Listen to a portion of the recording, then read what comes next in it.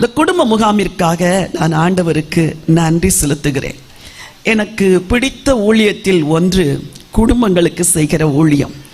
என்னுடைய பிரசங்கத்தில் நான் விரும்பி பிரசங்கிப்பது குடும்பங்களுக்காக உள்ள செய்திகள். எத்தனையோ நூற்றுக்கணக்கான செய்திகளை பல்வேறு சபைகளிலே கடந்த நாட்களில் பகிர்ந்து கொண்டு குடும்பங்களை ஆண்டவர் கட்டி இருக்கிறார், ஆசீர்வதித்திருக்கிறார். What is family? குடும்பம் என்றால் என்ன சொல்லுங்க பார்க்கலாம். குடும்பம்னா என்னது? குடும்பம்னா தெரியாதா? குடும்பம் என்றால் என்ன?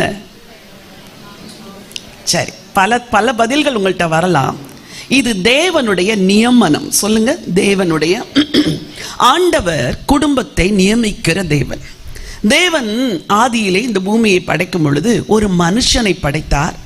மனுஷர்களாக படைக்கவில்லை, ஒரு மனுஷனை படைத்து அவனுக்கு ஏற்ற ஒரு மனுஷியையும் ஆண்டவர் என்ன செய்தார்? படைத்தார். அதன் பிறகு அவர்களுக்கு சந்ததியை படைத்தார். அந்த சந்ததி பெருகிற்று, பூமியெல்லாம் நிரம்பிற்று. அப்படி என்றால் தேவன் ஒரு காரியத்தை நியமித்து அந்த காரியத்தை ஆசீர்வதித்து அது பூமியில் பலுக வேண்டும், பெருக வேண்டும் என்று செய்த ஒரு நியமனத்துக்கு பெயர்தான் குடும்பம். சரி, அப்போ உங்க குடும்பத்தை யார் நியமித்தார்? பாதி சத்தம் காணும். சொல்லுங்க பார்க்கலாம். இது ஓப்பன் கிரவுண்ட் இல்லை, சர்ச்சுக்குள்ள தான் நடக்குது. தைரியமா பேசுங்க. உங்கள் குடும்பத்தை யார் நியமித்தார்? உங்களுக்கு நல்ல கணவரை யார் கொடுத்தார்? பாதி சத்தம் அப்படி அடங்கிருச்சு. தெரியாது, கல்யாணம் பண்ணிட்டேன், ஏதோ விரும்பி கல்யாணம் பண்ணிட்டேன், எங்க அப்பா கட்டாயப்படுத்தினாரு, அதனால கல்யாணம் பண்ணிட்டேன், இன்னைக்கு வரைக்கும் கஷ்டப்படுறேன் அப்படி. உங்களுக்கு மனைவியை கொடுத்தவர் யார்? சொல்லுங்க, மெதுவா வருது சத்தம். சொல்லுங்க, மனைவியை கொடுத்தவர் யார்? இந்த ஐயோ அது மனைவியா? ஒருவர் சொன்னார் அது ஒய்ஃப் இல்லைங்க, அது நைஃப் அப்படின்னாரு. ஏன்னா அது வெட்டிக்கிட்டே இருக்குதா, குத்திக்கிட்டே இருக்குதா. சிலர் ஒய்ஃபா இருக்கிறது இல்லை, நைஃபா இருக்கிறாங்க. வாழ்க்கை அப்படி மாறிடக்கூடாது. நீங்க ரொம்ப நல்லவங்க. சரி, தேவன் தான் மனைவியை கொடுத்தார். பிள்ளைகளை பார்த்து சொல்றேன், உங்களுக்கு பெற்றோரை கொடுத்தது யார்? சொல்லுங்க, சத்தமா சொல்லுங்க. தேவன். இயேசுப்பா தானே கொடுத்தாரு நல்ல அப்பா அம்மாவை. ஓகே, எல்லாருக்கும் ஆண்டவர் ஒரு கிஃப்டா ஃபேமிலியை கொடுத்திருக்கிறார். சரி, இந்த குடும்பத்தின் நோக்கம் என்ன? What is the purpose of a family? நம்மெல்லாம் நினைக்கிறோம் கல்யாணம் ஆன உடனே முதல்ல எல்லாரும் ஜெபிக்கிறது, ஆண்டவரே ஒரு கர்ப்பத்தின் கனியை கொடும். நல்லது. ஏன் தெரியுமா? 4 பேர் கேள்வி கேட்பாங்க. என்ன கல்யாணம் ஆச்சு, 1 வருஷம் ஆச்சு, இன்னும் ஒண்ணு இல்லையான்னு கேட்பாங்க. அதனால ஒரு ஜெபம், ஆண்டவரே கர்ப்பத்தின் கனியை கொடும். கல்யாணத்துக்கு முன்னாடி வரைக்கும் என்ன ஜெபம்? ஆண்டவரே ஒரு நல்ல வாழ்க்கை துணையை கொடும். சரி, வாழ்க்கை துணை வந்தாச்சு. ஆண்டவரே ஒரு கர்ப்பத்தின் கனியை கொடும். கனி வந்தாச்சு. ஆண்டவரே ஒரு வீட்டை கொடும். சரி, வீடு வந்தாச்சு. ஆண்டவரே பிள்ளைகளுக்கு படிப்பை ஆசீர்வதியும். சரி, படிப்பை ஆசீர்வதிச்சாச்சு. பிள்ளைங்க வளர்றாங்க. ஆண்டவரே நல்ல வேலையை கொடும், நல்ல திருமணத்தை கொடும். ஓகே, இப்ப திரும்ப அதே சைக்கிள். ஆண்டவரே என் பிள்ளைக்கு ஒரு நல்ல கர்ப்பத்தின் கனியை கொடும். ஆண்டவரே என் பிள்ளைக்கு ஒரு வீட்டை கொடும். அப்போ வாழ்க்கையே என்ன ஆயிடுச்சு? நானும் என் குடும்பமும் சாகிற வரைக்கும். அப்புறம் அடுத்த ஜெபம் என்ன தெரியுமா? ஆண்டவரே என் பேர பிள்ளையை ஆசீர்வதியும். பேர பிள்ளை நல்லா படிக்கணும் ஆண்டவரே, பேர பிள்ளைக்கு ஏற்ற துணையை கொடுங்க. சாகிற நேரத்தில் ஆண்டவரே என் குடும்பத்தை உங்களுடைய கரங்களில் ஒப்பு கொடுக்கிறேன். அவ்வளவுதான், வாழ்க்கை முடிஞ்சிருச்சு. இது 100%, 5%. நாம் வாழ்கிற வாழ்க்கை தேவனுடைய நியமனம் என்று சொன்னேனே, குடும்பம். அந்த குடும்பத்தில் தேவனுடைய சித்தத்தின் 100%, நீங்க எத்தனை சதவீதம் தான் நிறைவேற்றிருக்கிறீங்க? நல்ல புருஷனுக்காய் ஜெபிக்கிறது நல்லது, நல்ல மனைவிக்காய் ஜெபிக்கிறது நல்லது, பிள்ளைகளுக்காய் ஜெபிக்கிறது நல்லது, வீட்டிற்காய் ஜெபிக்கிறது நல்லது, திருமணம் எல்லாத்துக்கும் ஜெபிக்கிறது நல்லது. ஆனால் அது 100% தேவ சித்தம் அல்ல, ஜஸ்ட் 5%. அப்ப இன்னும் எத்தனை பெர்சன்டேஜ் நம்ம மிஸ் பண்ணிட்டோம்? கணக்கு தெரியும்ல, சத்தமா சொல்லுங்க பார்க்கலாம். 95% மிஸ் பண்ணிட்டு, சிலருக்கு வயசு 40 ஆயிடுச்சு, சிலருக்கு 50 ஆயிடுச்சு, சிலருக்கு 60 ஆயிடுச்சு, சிலருக்கு 70 ஆயிடுச்சு, சிலருக்கு 90 ஆயிடுச்சு. ஐயோ, இனிமே என்ன வாழ்க்கை வாழ போறோம் நினைக்கிறீங்களா? 95% இன்னைக்கு உலகத்துல எல்லாரும் மிஸ் பண்ணிட்டு வாழ்க்கையை முடித்து விடுகிறார்கள். Then what is God's purpose? ஒரு குடும்பத்தை குறித்து தேவனுடைய சித்தம் என்ன? ஒரு வேத பகுதியை நான் வாசிக்க விரும்புகிறேன். என்னோடு கூட எபிரேயருக்கு எழுதின நிருபத்திற்கு வேதத்தை திருப்பிக் கொள்ளுங்கள். Book of Hebrews chapter 11. எல்லாரும் வசனத்தை கவனிக்கணும். நீங்க நல்ல கிருபாசனத்தில் உள்ள மக்கள், விசுவாசிகள், கிருபையில் வளர்ந்திருக்கிறீர்கள் என்று நான் நம்புகிறேன். ஆனாலும் ஒரு செய்தியை கேட்கும் பொழுது ஜெபத்தோடு, ஆண்டவரே எனக்கு என்ன பேச விரும்புகிறீர், என் குடும்பத்தில் என்ன மாற்றத்தை நான் செய்ய வேண்டும், நான் என்ன சித்தத்தை அறிந்து கொள்ள வேண்டும் என்று நீங்கள் ஆவலோடு காத்திருந்து செய்தியை கேட்க வேண்டும். எபிரேயருக்கு எழுதின நிருபம் 11ஆம் அதிகாரம் 7வது வசனத்தை வாசிக்கலாம். ஒருத்தர் விசுவாசத்தினாலே நோவா தற்காலத்திலே காணாதவைகளை குறித்து தேவ எச்சரிப்பு பெற்று பயபக்தி உள்ளவனாகி தன் குடும்பத்தை ரட்சிப்பதற்கு பேழையை உண்டு பண்ணினான். அதனாலே அவன் உலகம் ஆக்கினைக்குள்ளானது என்று தீர்த்து விசுவாசத்தினால் உண்டாகும் நீதிக்கு சுதந்திரவாளி ஆனான். சரி, எல்லாரும் இப்ப வாசிங்க பார்க்கலாம் அந்த வசனத்தை. விசுவாசத்தினாலே நோவா தற்காலத்திலே காணாதவைகளை குறித்து தேவ எச்சரிப்பு பெற்று பய பக்தி உள்ளவனாகி தன் குடும்பத்தை ரட்சிப்பதற்கு பேழையை உண்டு பண்ணினான். எத்தனையோ இடங்களில இந்த வசனத்தை நான் பிரசங்கித்திருக்கிறேன். ஆனால் இன்றைக்கு வேறு ஒரு கோணத்தில் இந்த வசனத்தை ஆண்டவர் பிரசவிக்கும்படி எனக்கு இந்த வார்த்தையை கொடுத்து அனுப்பினார். இந்த எபிரேயருக்கு எழுதின நிருபம் 11ஆம் அதிகாரம் பல விசுவாச வீரர்களை குறித்து சொல்லுகிறது. நான் வழக்கமா ஒரு செய்தியா மட்டும் சொல்ல மாட்டேன். அந்த செய்தியின் மூலம் மக்கள் சில காரியங்களை அறிந்து கொள்ள வேண்டும் என்று பேசுவது எனக்கு பிடிக்கும். எபிரேயர் 11:4வது வசனத்தை வாசிங்க. விசுவாசத்தினாலே ஆபேல். யாரை பத்தி சொல்லுது? சத்தமா சொல்லுங்க. ஆபேல் காயினுடைய பலியிலும் மேன்மையான பலியை தேவனுக்கு செலுத்தினான். விசுவாசத்தினால் வாழ்ந்த ஒரு மனுஷன். அவன் வாழ்ந்த வாழ்க்கை ரொம்ப கொஞ்சம். அவன் வாலிபனாய் இருக்கும் பொழுதே மரித்து போய்விட்டான்.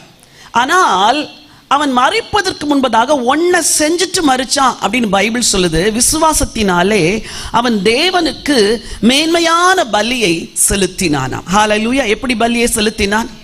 இங்க இருக்கிற வாலிப பிள்ளைங்கள்லாம் கொஞ்சம் கை தூக்குங்க பார்க்கலாம். Youngsters, young boys and girls, I love you so much.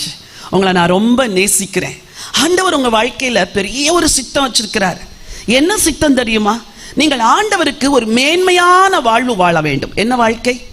கீழான வாழ்க்கை வாழக்கூடாது. இந்த உலகம் கீழான வாழ்க்கை வாழ்ந்து கொண்டிருக்கிறது. வாலிபர்கள் இந்த உலகத்தில் எதையெல்லாமோ மேன்மை என்று நினைக்கிறார்கள். ஒருவேளை கர்த்தருக்கு சித்தமானால் இந்த மாலை வேளையில நான் அதை குறித்து பேச விரும்புகிறேன். இந்த உலகத்தில் கொஞ்ச காலம்தான் வாழ்ந்தான், ஆனால் ஆண்டவருக்கு மேன்மையான ஒரு வாழ்க்கை வாழ்ந்தார் ஆபேல். அதை அடுத்த வசனத்தை வாசியுங்கள். ஒரு நிமிஷம் வாசிங்கம்மா. விசுவாசத்தினால் 5வது வசனம். ஏனோக்கு மரணத்தை காணாதபடிக்கு எடுத்துக்கொள்ள இன்னொரு பின்பகுதி இருக்குது. அவன் திரும்ப வாசிங்க. அவன் நீதிமான் என்று சாட்சி பெற்றான். நீதிமான் என்று சாட்சி. என்ன சாட்சி கொடுத்துட்டார் ஆண்டவர்?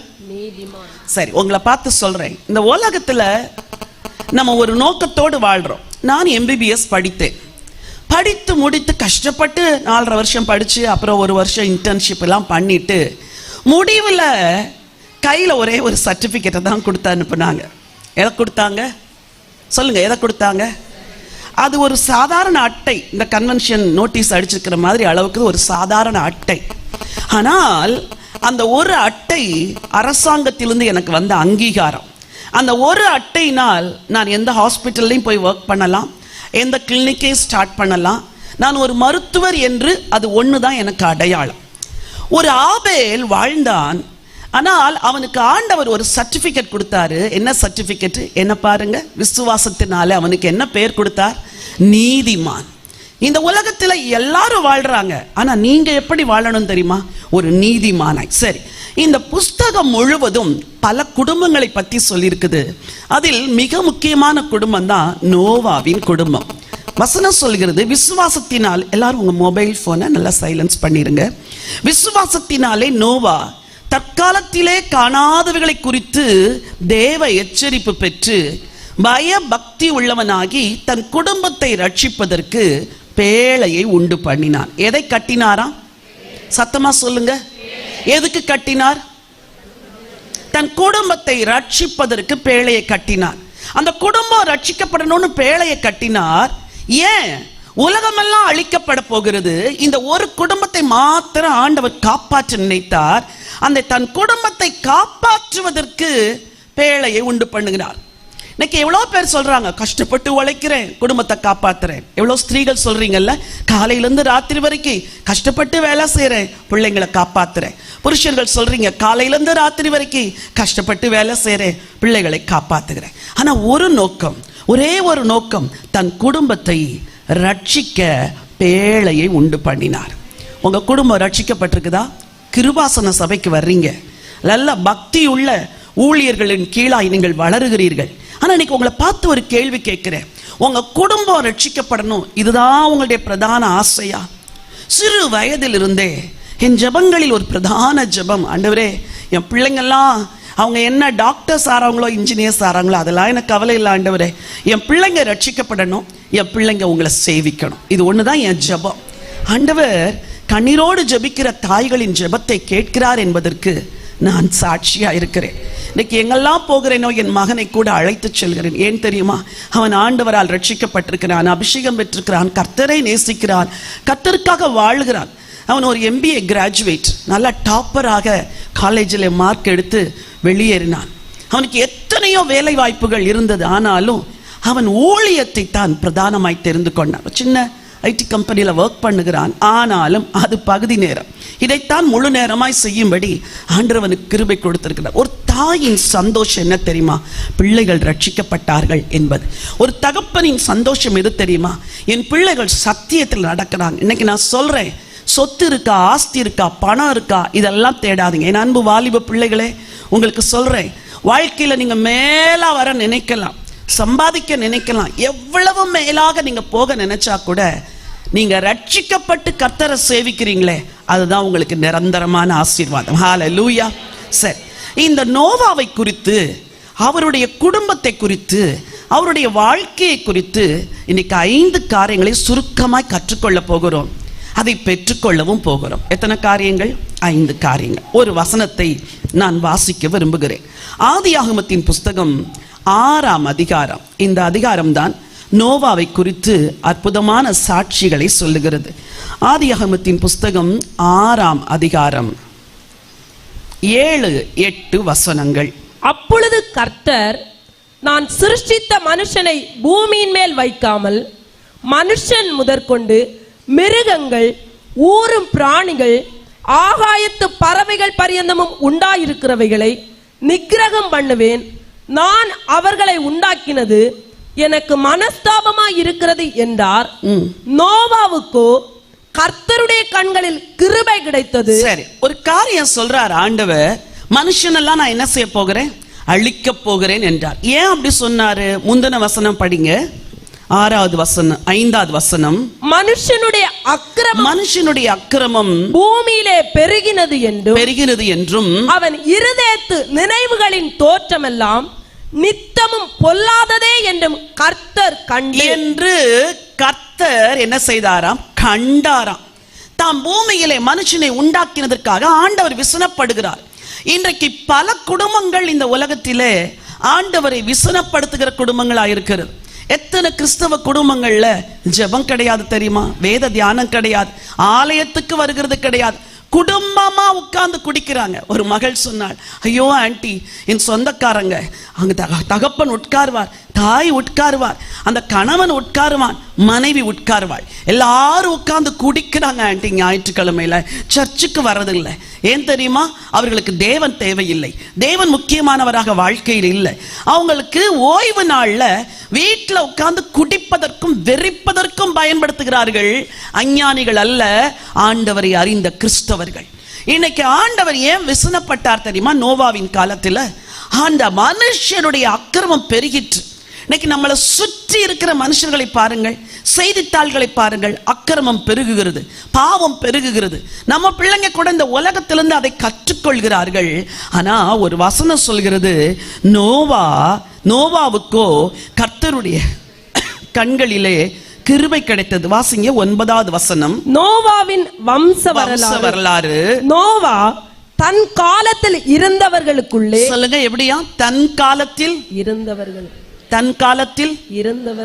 அவங்க காலத்துல மக்கள் எப்படி இருந்தாங்க? இப்ப வாசிச்சொல்ல 5வது வசனம். மனுஷனுடைய அக்கிரமம் பூமியிலே பெருகிற்று என்றும் இருதயத்தின் நினைவுகளின் தோற்றமெல்லாம் நித்த சுத்தம் பொல்லாது. அன்னைக்கு எப்படி இருந்தாங்களோ அதே போலதான் இப்போ இருக்கிறாங்க. இந்த காலத்துல நீதிமானா வாழ்றது கஷ்டம், இந்த காலத்துல பிள்ளைங்களை பக்தி மார்க்கத்துல நடத்துறது கஷ்டம். நிறைய பேர் அப்படி ஃபீல் பண்றீங்க. ஒரு அம்மா ஒரு நாள் சொன்னாங்க, சிஸ்டர் பிள்ளைங்கள்லாம் உலகத்துக்குள்ள போய் எல்லாம் அடிபட்டு உதப்பட்டு கத்துக்கிட்டு வந்துரும் சிஸ்டர், அதனால நானும் விட்டுட்டேன் அப்படின்னு. நான் சொன்னேன், இந்த மாதிரி எண்ணத்தோடு இருந்தீங்கன்னா உங்க பிள்ளை திரும்ப வரமாட்டான்னு சொன்னேன். பெற்றோருடைய கடமை என்ன? பிள்ளைகள் தவறுவதற்கு முன்பதாகவே எது கர்த்தருடைய வழி, எது நீதியின் வழி, எது பரிசுத்த மார்க்கம், எது உண்மையான மார்க்கம், எப்படி பேச வேண்டும், எப்படி உடுத்த வேண்டும், எப்படி நடக்க வேண்டும், எப்படி ஜெபிக்க வேண்டும், எப்படி ஆலயத்தில் வந்து அமர வேண்டும், கர்த்தரை எப்படி கனம் பண்ண வேண்டும், இதெல்லாம் சொல்லி கொடுக்கிறதுக்கு தான் நம்ம பெற்றோர் இருக்கிறோம்.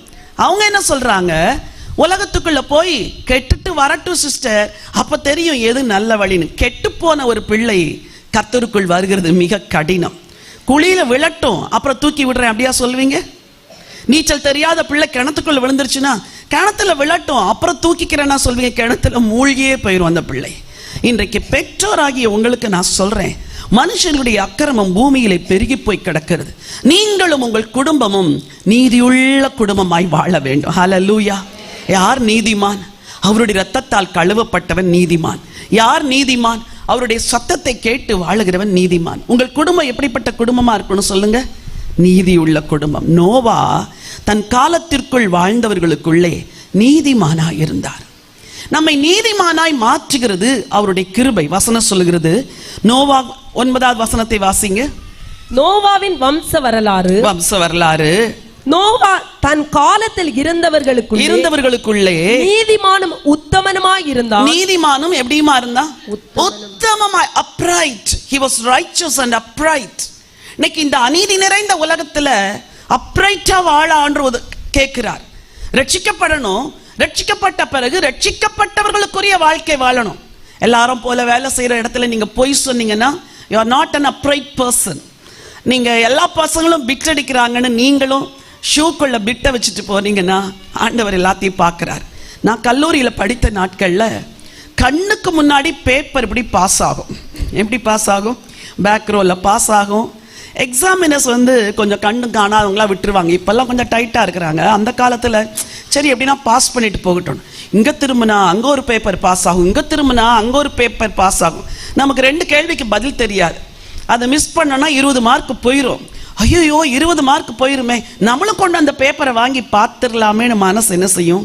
சொல்லும். ஆனா காலேஜ் படிச்சு முடிக்கிற வரைக்கும் ஒரு நாள் கூட யாரையாவது பார்த்து எழுதுறதுக்கோ கேட்டு எழுதுறதுக்கோ பிட்டடிக்கிறதுக்கோ கர்த்தர் வைக்கல.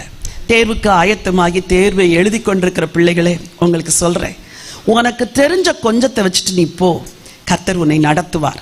நீ 2 கொஸ்டின் எழுத முடியலன்னா கூட விட்டுரு, ஆண்டவர் உனக்கு கிரேஸ் மார்க் போடும்படி உதவி செய்வார். ஒவ்வொரு முறையும் பரீட்சைக்கு படிக்கிறதுக்கு முன்னாடி நான் ஒரு ஜெபம் பண்ணுவேன். ஆண்டவரே, நான் உனக்கு போதித்து நீ நடக்க வேண்டிய வழியை உனக்கு காட்டுவேன், உன்மேல் என் கண்ணை வைத்து உனக்கு ஆலோசனை சொல்வேன்னு சொன்னீங்களே. மெடிசன்ல இவ்வளோ பெரிய புக்கெல்லாம் இருக்கு. ஆண்டவரே, இவ்வளோத்தான் இப்படித்தான் படிக்க போறேன்னு தெரியல. அப்படி ஒரு பேஜை எடுத்து வச்சுக்குவேன். எடுத்து கொஞ்சம் பேப்பர்ஸ் எடுத்து வச்சுட்டு, காட், இந்த பேஜஸ்க்குள்ள என்ன கொஸ்டின் நான் படிக்கணும், நீங்க தான் எனக்கு போதிக்கணும், நீங்க என்ன நடத்துங்க அப்படின்னு திருப்புவேன் பேஜஸை. ஆண்டவர் சொல்வார், இந்த கேள்வியை படிம்பார். உடனே அந்த அந்த ஒரு குறிப்பிட்ட பக்கத்தை படிப்பேன். சில காரியத்தை ஸ்கிப் பண்ணு அப்படிம்பாரு. அப்படி காதுக்குள்ள சத்தம் கேட்கும், ஸ்கிப் பண்ணு, இதை ஸ்கிப் பண்ணிடுவேன், இதை படி அப்படிம்பார். இப்படி படிக்க ஆரம்பிச்சனால என் ஃப்ரெண்ட்ஸுக்கெல்லாம் என்ன தெரியுமா அவர் என்ன வந்துட்டு, ஜெயராணிக்கு ஆண்டவர் மறுநாள் வரப்போகிற கொஸ்டின் எல்லாம் சொல்லி கொடுத்துருவாரு அப்படின்ட்டு. முந்தின நாள் ராத்திரி வந்து, ஜெயராணி இம்பார்ட்டண்ட்டாக என்ன கொஸ்டின்ஸ் படிக்கணும் அப்படிலாம் கேட்பாங்க. நடந்ததை உண்மையாகவும் சாட்சியாகவும் சொல்கிறேன். எனக்கு படிக்கிறதுக்கு ரொம்ப நேரம் இருக்காது. கத்துட்டு கேட்டு கேட்டு கேட்டு படிக்கிறதுனால இதை படி அப்படின்னு நான் சொல்லுவேன் என் ஃப்ரெண்ட்ஸுக்கு. கரெக்டாக நம்பர் 1 கொஸ்டின் அதுவாக தான் இருக்கும். எத்தனையோ நாட்கள் ஆண்டவருடைய அன்பை நான் இப்படித்தான் ருசிச்சிருக்கிறேன். சில கொஸ்டின்ஸ் படிச்சிருப்போம், ஆனால் ஞாபகம் வராது. ஆண்டவரே, நான் படித்தேன்ப்பா, எனக்கு ஞாபகம் வரல, எனக்கு ஞாபகப்படுத்துங்கன்னா அந்த பேஜை அப்படியே கண்ணுக்கு முன்னாடி கொண்டாந்து நிறுத்துவார். படிக்கும்படி பக்கத்தில் சில டிராயிங் போட்டிருப்பேன், சில பாயிண்ட்ஸ் போட்டிருப்பேன், அதெல்லாம் ஆண்டவர் ஞாபகப்படுத்துவார். நீ பிட்டடிச்சு பாஸ் பண்றதை விட கர்த்தரை நம்பி பாஸ் பண்றது உனக்கு ஆசீர்வாதம். ஹல்லேலூயா. நோவா தன் காலத்தில் வாழ்ந்தவர்களுக்குள்ளே நீதிமானாய் இருந்தான். சகோதரர்களே, ஒருவேளை நீங்க வேலை செய்யலாம், வியாபாரம் செய்யலாம், தொழில் செய்யலாம். உங்க தொழிலில் நேர்மையா இருங்க, உங்க தொழிலில் உண்மையா இருங்க. ரட்சிக்கப்பட்டிருக்கிறீங்க, ஆனாலும் அநியாயமாய் தொழில் செய்யக்கூடாது. உங்களுக்கு அநியாய ஆதாயத்தை நீங்கள் விரும்பவே கூடாது. ஒருவர் சொன்னார் ஒரு நாள், வியாபாரத்துல எல்லாம் கொஞ்சம் கலப்படம் பண்ணணுமா, இல்லைன்னா வியாபாரம் நடக்காது. அழுகி போன பழத்தெல்லாம் இடையில வச்சு வச்சு வித்துறணும்னார். நான் சொன்னேன், வாங்குற மக்கள் ஒரு ஏழை வாங்கிட்டு போய் வீட்டில் அழுகின பழத்தை பார்த்தா அவனுக்கு இருந்ததே அந்த 50 ரூபாய், அந்த 50 ரூபாய்க்கு ஒரு பழத்தை வாங்கிட்டு போறான். உள்ள அழுகின பழத்தை நீங்க வச்சிருந்தா அது நல்லா இருக்குமா? எடுத்து தூர போடுங்க. ஆண்டவரை நம்பி நீங்க கொடுங்க, நியாயமான விலைக்கு கொடுங்க, உங்களுக்கு ஆசீர்வாதம் வரும் என்று அவரிடத்தில் முகமுகமாய் நான் எச்சரித்தேன். இன்றைக்கு குடும்ப ஸ்திரீகளா இருக்கிறீங்க, நீங்க நீதியுள்ள ஒரு வாழ்க்கை வாழணும். உங்களுக்கு கோபக்கார புருஷன் தான் கிடைச்சாருன்னா அவர் இவ்வளோ நல்லவரா இருக்கிறாரு, அந்த சகோதரி பாக்கியவதி அப்படின்னு இன்னொருத்தர் பார்த்து என்ன செய்யக்கூடாது, ஆதங்கம் படக்கூடாது. அவர்கிட்ட இருக்கிற கெட்ட குணம்லாம் உங்களுக்கு தெரியாது, அது தெரியுமா? அவருக்கு உள்ள என்ன நெகட்டிவ் இருக்குது, என் புருஷன் கோவப்படுறாரு, என் புருஷன் திட்டுறாரு, சம்பளம் கொடுக்க மாட்டேங்குது, அதெல்லாம் ஒரு பக்கம் இருக்கட்டும். இந்த கணவனுக்கு மேல ஒரு நல்ல தேவன், ஒரு நித்திய மணவாளன் உங்களுக்கு இருக்கிறார். அவர் உங்க தேவைகளை எல்லாம் ஆச்சரியமாய் சந்திப்பார். நீங்க வாழ வேண்டிய வாழ்க்கை நீதி உள்ள வாழ்க்கை. மனதாலும் கூட இன்னொரு புருஷனை, இன்னொரு மனைவியை, இவன் எனக்கு கணவனா இருந்திருந்தால் நன்றாயிருக்கும், இவர் எனக்கு மனைவியா இருந்திருந்தால் நன்றாயிருக்கும் மனசுல கூட நினைக்காதீங்க. உங்க சிந்தையை யாரும் பார்க்க முடியாது. வாழ்க்கையில் மட்டுமல்ல, சிந்தனையிலும் சுத்தமாய் தூய்மையா இருக்கும் பொழுது உங்க வாழ்க்கை நிச்சயமாய் ஆசீர்வதிக்கப்படும். ஹல்லேலூயா. நோவா நீதியுள்ள ஒரு வாழ்க்கை வாழ்ந்தார். இந்த நீதியுள்ள வாழ்க்கை வாழ்ந்த நோவா தன் குடும்பத்தை ரட்சிப்பதற்கு என்ன செய்தாராம்? சத்தமா சொல்லுங்க.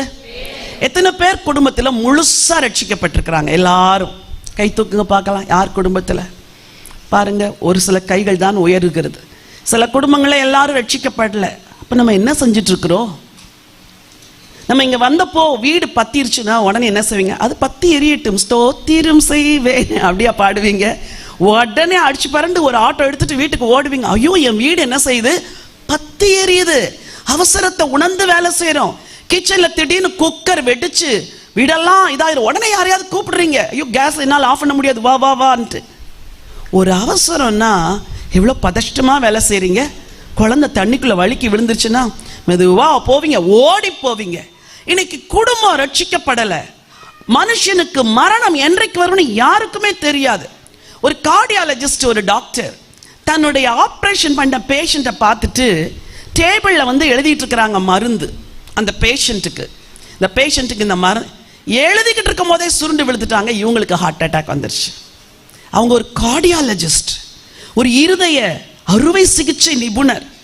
ஆனா அவங்களுக்கே மரணம் என்ன செஞ்சிருச்சு? எதிர்பாராத நேரத்தில் வந்துருச்சு. வாழ்க்கையில யாரு வாழ்க்கை எப்போ முடியும்னு தெரியாது. நம்ம எல்லாருக்கும் நீண்ட காலம் வாழணுங்கிறது ஆசை. ஆனா மரணம் யாரை எப்பொழுது சந்திக்கும் என்று தெரியாது. நீங்கள் உங்கள் குடும்பத்தை ரட்சிப்பதற்கு பேழையை உண்டு பண்ணுங்கள். உங்க பிள்ளைகளுக்கு ரட்சிப்பின் வாழ்க்கையை சொல்லுங்க, நீதியின் வாழ்க்கையை சொல்லுங்க, ஆண்டவரை சேவிக்கிற வாழ்க்கையை சொல்லுங்க. 4 வாலிபர்கள் ஒரு விடுமுறை நாள் அன்று ஜாலியா ஒரு இடத்துக்கு பிக்னிக் போகணும்னு பைக்ல போனாங்க. காலையிலே கிளம்பிட்டாங்க. வீட்டார் வேண்டாம் வேண்டாம்னு சொன்னா கூட அந்த பிள்ளைங்க கேட்கல. பைக்கு கையில வந்தா அது பைக்கா இருக்காது, அது வேறவா இருக்கும். இல்ல பறக்கிற ஒரு வாலிப சேனையா கிளம்பி பறந்து போனாங்க. காலையில 4:30 to 5 o'clock. ஒரு குறிப்பிட்ட இடத்துல நடுவில் டிவைடர் இருக்குன்னு தெரியல. ஒரு பையன் வேகமா போய் டிவைடர்ல இடிச்சான். அப்படியே சுருண்டு விழுந்தான். விழுந்த இடத்துல மறிச்சு போயிட்டான். இதை பார்த்து கொண்டிருந்த அந்த விசுவாசியின் மகன், அவன் மைண்டே வேற மாதிரி மாறிடுச்சு. ஐயோ, என் நண்பன் என் கண்ணுக்கு எதிராக மறித்து போகிறானே. அன்னைக்கு தான் அவனுக்கு தோணுச்சான், இவன் இத்தனை வருஷம் என் கூட இருந்தான், நான் ஒரு நாள் கூட இவனுக்கு யாரை பத்தி சொல்லல, ஆண்டவரை பத்தி சொல்லலை. அவன் இருதயம் வாதிச்சு வாதிச்சு வாதிச்சு அவன் டிப்ரெஷன்ல இருந்து வெளியே வர்றதுக்கே 1 மாசம் ஆச்சு. வாலிப பிள்ளைகளே, உங்களை அன்பா கேட்கிறேன். You have friends in your school and college, but have you ever shared the love of Jesus with them? ஆண்டவர்கிட்ட அவங்கள பத்தி என்னைக்கு தான் சொல்லியிருக்கிறீங்களா? உன் ஃப்ரெண்டு ஒருவேளை இன்னைக்கு மறிச்சிட்டா நீ எவ்வளோ வருத்தப்படுவல்ல? நீ வருத்தப்படுவ.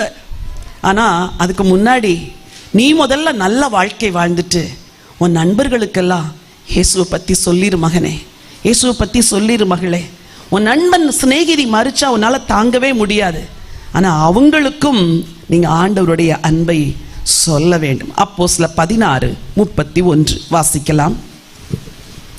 அப்போஸ்தலர் 16:31. அதற்கு அவர்கள், கர்த்தராகிய இயேசு கிறிஸ்துவை விசுவாசி, அப்பொழுது நீயும் உன் வீட்டாரும் ரட்சிக்கப்படுவீர்கள். ஆண்டவர் ஏற்கனவே வாக்குத்தத்தம் பண்ணிட்டார். என்ன வாக்குத்தத்தம் பண்ணிருக்கிறார் சொல்லுங்க? நானும் என் வீட்டாரும். நீங்க இதையே சத்தமா சொல்லலையே, அப்புறம் எப்படி சத்தமா ஜெபிக்க போறீங்க? சொல்லுங்க, நானும் என் வீட்டாரும் ரட்சிக்கப்படுவோம். ரட்சிக்கப்பட்ட ஒரு விசுவாசியுடைய ஆதங்கம் இதுவாதான் இருக்கணும். நானும் என் வீடும் ரட்சிக்கப்படுவோம், நானும் என் வீட்டாரும் ரட்சிக்கப்படுவோம், நானும் என் குடும்பமும் நீதியாய் வாழுவோம். நோவா நீதிமானாயிருந்தார், உத்தமராயிருந்தார். இன்னைக்கு நீங்க நீதிமானாய் உத்தமனாய் வாழ வேண்டும் என்று ஆண்டவர் விரும்புகிறார். சீனேஜ் என்ன வாழ்க்கை வாழணும்? நீதியின் வாழ்க்கை. சொல்லுங்க, என்ன வாழ்க்கை வாழணும்? எல்லாரும் செய்றாங்கன்னு நீங்க செய்யக்கூடாது, எல்லாரும் பேசுறாங்கன்னு நீங்க பேசக்கூடாது, எல்லாரும் சண்டை போடுறாங்கன்னு நீங்க சண்டை போடக்கூடாது. ஸ்திரீகளுக்கு முக்கியமா சொல்றேன், எல்லா வீட்லயும் பிரச்சனை. நாங்கள் ஊழியர்களா இருக்கிறதுனால எங்க வீடுகள்ல பிரச்சனை இல்லைன்னு இல்லை, எங்க வீடுகள்லயும் பிரச்சனை. ஆனால் ஒரு விசுவாச பெண் பிரச்சனைகளை எப்படி சந்திக்கணும் தெரியுமா? நான் பல இடங்கள்ல சொல்லி கொடுத்திருக்கிறேன். மௌனத்தினால் பிரச்சனைகளை சந்தி. நீங்க உங்க வீட்டில் வந்த பிரச்சனைக்கு காரணத்தை கொஞ்சம் யோசிச்சு பாருங்க. நீங்க பேசுனீங்க, அவர் பேசினாரு. நீங்க பேசுனீங்க, அவர் பேசினாரு. நீங்க பேசுனீங்க, அவர் அடிச்சாரு. நீங்க பேசுனீங்க, அவர் வெளியே தள்ளினாரு. நீங்க பேசுனீங்க, உங்க அம்மா வீட்டுக்கு போன்னு சொன்னாரு. நீங்க பேசுனீங்க, உன்னை விவாகரத்து பண்ண போறேன்னு சொன்னாரு. ஒரு விசுவாச பெண்ணின் பலன் எங்க இருக்கு தெரியுமா? அவளுக்குள் இருக்கிற கிறிஸ்துவில் இருக்கிறது. அந்த ஆண்டவர் சொல்வார், இப்ப பேசாத, இப்ப நீ சண்டை போடாத, பொறுத்துக்கோ. எவ்வளவு நாள் பொறுக்கிறது? சகிச்சுக்கோ. எவ்வளவு நாள் சகிச்சிருக்குது? ரட்சிப்பு வரும் வரைக்கும் பொறுக்கத்தான் வேண்டும், சகிக்கத்தான் வேண்டும். ஹல்லேலூயா. என்ன வாழ்க்கை வாழ வேண்டும்? நீதியுள்ள ஒரு வாழ்க்கை. நோவாவை போல இங்க வந்திருக்கிற புருஷன்மார், மனைவிமார், பிள்ளைகள் எல்லாரும் நீதிமானாய் மாறி இயேசுவின் ரத்தத்தினால் கழுவப்பட்டு நீதியுள்ள ஒரு வாழ்க்கை வாழ நம்மை அர்ப்பணிப்போம். ஹல்லேலூயா. நீதியில் நிலைத்திருந்து உம் திருமுகம் நான் காண்பேன், விழிக்கும் போது உம் சாயலால் திருப்தியாவே. நீதியில் நிலைத்திருந்து உம் திருமுகம் நான் காண்பேன், உயிர் தெழும் போது உம் சாயலால் திருப்தியாவே. தேவனே நீரன் தேவன், அதிகாலமே தேடி வந்தேன். கரங்களை தட்டி, தேவன் அதிகாலமே தேடி வந்தேன். நீரின்றி வறண்ட நிலம் போல் ஏங்குகிறேன் தினம் உமக்காய். நீரின்றி வறண்ட நிலம் போல் ஏங்குகிறேன் தினம் உமக்காய். ஹல்லேலூயா, ஹோசன்னா, ஹல்லேலூயா, ஹோசன்னா, ஹல்லேலூயா, ஹோசன்னா, ஹல்லேலூயா, ஹோசன்னா, ஹல்லேலூயா. சொல்லுங்கள்,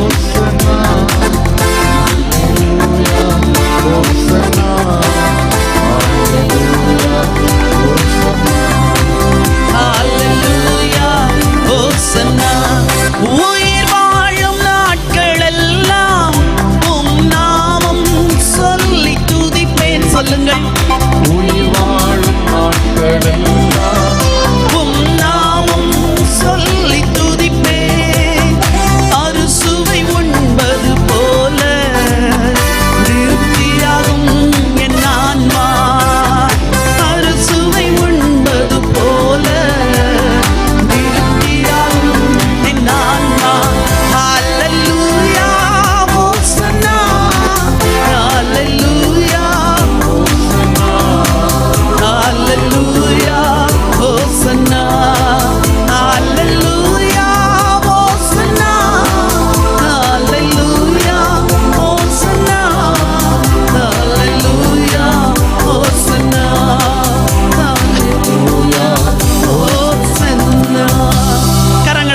ஆண்டவரை மகிமைப்படுத்தலாமா? ஒரு வாலிபன் சிறையிலே அடைக்கப்பட்டிருந்தான். அவனுக்கு மரண தண்டனை விதித்து விட்டார்கள். அப்போ அந்த நீதிபதி அவனை பார்த்து கேட்டாராம், உனக்கு கடைசி ஆசை என்னப்பா என்று கேட்டாராம். அப்போ அந்த வாலிபன் சொன்னானாம், என் அம்மாவை நான் பார்க்க வேண்டும் என்று. உங்க வீட்டில் எத்தனை பேர் அப்படின்னு கேட்டார். நான் மூத்த மகன், எனக்கு கீழாக 4 பேர் இருக்கிறார்கள் என்று. சரி, உன் கூட பிறந்தவர்களை எல்லாம் பார்க்க வேண்டாமா? இல்லை இல்லை, என் அம்மாவை மாத்திரம் பார்த்தால் போதும் என்று சொல்லியிருக்கிறான். இந்த தாய் வந்தாள். இந்த தாய் வந்தவுடன் இவன் கம்பிக்கு அந்த பக்கம் இருக்கிறான், தாய் இங்கே இருக்கிறாள். அப்பொழுது அவன் சொன்னான், அம்மா உங்கள் கரங்களை நீட்டுங்கள் என்று சொன்னானாம். இந்த தாய் தன் கரத்தை இப்படி நீட்டி தன் மகன் தன்னை அணைக்கத்தான் சொல்லுகிறான் என்று நினைத்த பொழுது அந்த தாயின் 2 கைகளையும் முறுக்கி இந்த கை 2 டிஸ்லோகேட் ஆகும்படி பண்ணிட்டானாம். அவள் கதறுகிறாள், அலறுகிறாள், புலம்புகிறாள். எல்லா சிறைச்சாலை அதிகாரிகள் எல்லாம் ஓடி வந்து விட்டார்கள். என்னப்பா செய்கிறாய், என்னப்பா செய்கிறான்? அந்த பெண்ணை இழுத்து வெளியே விட்டார்கள். கைகள் 2 தொங்கி போயிற்று. அந்த தாய் கேட்டாளா, என்னப்பா நான் உனக்கு செஞ்சேன், ஏன்பா என் கையை இப்படி ஆக்கிட்டனோடனே அந்த வாலிபன் சொன்னானா, நான் சிறு பிள்ளையா இருக்கும் பொழுது பள்ளியிலிருந்து பென்சில் திருடி கொண்டு வந்தேன். நீ என்னை ஏன் என்று கேட்கவில்லை, என்னை அடிக்கவில்லை, என்னை திருத்தவில்லை. நான் வாலிபனாய் வளர்ந்த பொழுது கடைகளிலிருந்து பொருட்களை திருடி கொண்டு வந்தேன். அப்பொழுது நீ என்னை பொருட்களை திருடுவது தவறு என்று நீ எச்சரிக்கவே இல்லை. அதை பாராட்டினாய், இன்னும் கொண்டு வா என்று சொன்னாய். நான் வாலிபனாய் வளர்ந்த பிறகு சில பேங்குகளை கொள்ளையடித்து பணத்தை ஏராளமாய் கொண்டு வந்து கொடுத்தேன். எங்கிருந்து சம்பாதித்தாய் என்று நீ கேட்கவே இல்லை. நான் கொலை செய்த பொழுது அப்படித்தான் அவனுக்கு செய்ய வேண்டும் என்று என்னை பாராட்டினாய். நான் தவறு செய்த பொழுதெல்லாம் உன் கைகள் என்னை அடித்து திருத்தவில்லை. எனக்கு கீழாக இன்னும் 4 உடன்பிறப்புகள் இருக்கிறார்கள். என்னை இன்றைக்கு தூக்கு தண்டனை இடப்போகிறார்கள். என்னோடு பிறந்தவர்கள் தூக்கு தண்டனை அடையக்கூடாது என்பதற்காக உன் கைகள் அவர்களையும் தவறு செய்ய வளர்த்துவிடும் என்பதற்காக உன் கைகளை முறித்து போட்டேன் என்று சொன்னானா. பாருங்கள், வாலிபர்கள் நல்லவர்கள், பிள்ளைகள் நல்லவர்கள். ஆனால் பிள்ளையானவன் நடக்க வேண்டிய வழியிலே அவனை நடத்து என்ற வார்த்தையின்படி சிறு வயதிலிருந்தே அவர்களை சரியான பாதையில் நாம் நடத்தி விட்டோம் என்றால் டீனேஜர்ஸாய் மாறின பிறகு கர்த்தர் பொறுப்பெடுத்துக் கொள்வார், ஆண்டவர் பொறுப்பெடுத்துக் கொள்வார். தடுமாற்றங்கள் எல்லாருக்கும் வரும். ஆனால் நீங்கள் செய்ய வேண்டியவர்களை செய்யும் பொழுது அவர்கள் நீதிமான்களாய் மாறுவார்கள். 2வதாக இந்த நோவாவை குறித்து வேதம் சொல்கிறது. ஆதியாகமத்தின் புஸ்தகம் 6ஆம் அதிகாரம் 9வது வசனம். நோவா தேவனோடே சஞ்சரித்துக் கொண்டிருந்தான். நோவா தேவனோடே சஞ்சரித்துக் கொண்டிருந்தான். 13வது வசனம். அப்பொழுது தேவன் நோவாவை நோக்கி, மாம்சமான யாவரின் முடிவும் எனக்கு முன்பாக வந்தது, அவர்களாலே பூமி கொடுமையினால் நிறைந்தது, நான் அவர்களை பூமியோடு கூட அழித்து போடுவேன். சரி, வசனம் சொல்லுகிறது நோவா யாரோடு கூட சஞ்சரித்துக் கொண்டிருந்தான்? இந்த உலகம் வேறு விதமாய் வாழுகிறது. இந்த உலகத்தாரின் நேரங்கள் கேளிக்கைகளுக்கும் வித்தியாசமான காரியங்களுக்கும் போகிறது. நீங்கள் தொடர்ந்து பேசிக்கொண்டே இருக்கிறேனா? ஒரு தொண்டைதான் இருக்குது, ஸ்பேர் ஒன்று இருந்தால் இதை வச்சுட்டு அதை எடுத்து மாட்டிக்கலாம். ஒரே த்ரோட் இருக்கிறதுனால sometimes it is difficult. Okay, ஆனாலும் கர்த்தர் கிருபை தருவார். நோவாவை சுற்றி இருந்த உலகம் வேறு விதமாய் சஞ்சரித்துக் கொண்டிருந்தது. வேதம் சொல்கிறது, நோவாவின் காலத்தில் ஜனங்கள் புசித்தும் குடித்தும் வெறித்தும் பெண் கொண்டு பெண் எடுத்துக்கொண்டிருந்தார்கள். அவர்களுடைய இம்பார்ட்டன்ஸ் எல்லாம் வேற. ஆனால் இந்த நோவாவுடைய நோக்கம் என்ன தெரியுமா? தேவனோடு சஞ்சரிக்க வேண்டும். அதான் நோவாவின் நோக்கம். நோவா தேவனோடு சஞ்சரித்துக் கொண்டிருந்தான். இன்னைக்கு உங்களை பார்த்து கேட்கிறேன், ஒரு நாளின் 24 மணி நேரத்தில் உங்க சிந்தை எதை குறித்து இருக்கிறது? அதுதான் உங்கள் சஞ்சரிப்பு. ஆண்டவரே ஆண்டவரே ஆண்டவரே என்று இருக்கிறதா? ஐயோ பணம் சேர்க்க வேண்டும், பொருள் சேர்க்க வேண்டும், ஐயோ பிள்ளைக்கு கல்யாணம் ஆகணும், கவலைகள் நிறைக்கிறதா? தேவைகள் நிறைக்கிறதா? பாவங்கள் நிறைக்கிறதா? உலக எண்ணங்கள் நிறைக்கிறதா? நோவா தேவனோடு சஞ்சரித்துக் கொண்டிருந்தான். எப்படி தேவனோடு சஞ்சரிக்க முடியும் சொல்லுங்க பார்க்கலாம். இன்னொரு மனுஷனை குறித்து சொல்லிக்கிறது, ஏனோக்கு தேவனோடு இருக்குதா? வசனம் எபிரேயர் 11:4-5 படிங்க. விசுவாசத்தினாலே ஏனோக்கு மரணத்தை காணாதபடிக்கு எடுத்துக்கொள்ளப்பட்டான். தேவன் அவனை எடுத்துக்கொண்டபடியினாலே அவன் காணப்படாமற் போனான். அவன் தேவனுக்கு பிரியமானவன் என்று அவன் எடுத்துக்கொள்ளப்படுவதற்கு முன்னமே சாட்சி பெற்றான். விசுவாசம் இல்லாமல் ஏனோக்கு தேவனோடு, அவ்வளவுதான், நல்லா கவனிங்க. ஏனோக்கு தேவனோடு சஞ்சரித்துக் கொண்டிருந்தான். எப்படிப்பா தேவனோடு சஞ்சரிக்கிறது? நாங்க ஜபமே பண்ண மாட்டேங்கிறோம், நீங்க எங்களை வந்து சஞ்சரிக்கிறது எப்படின்னு கேட்கிறதான்னு கேட்காதீங்க.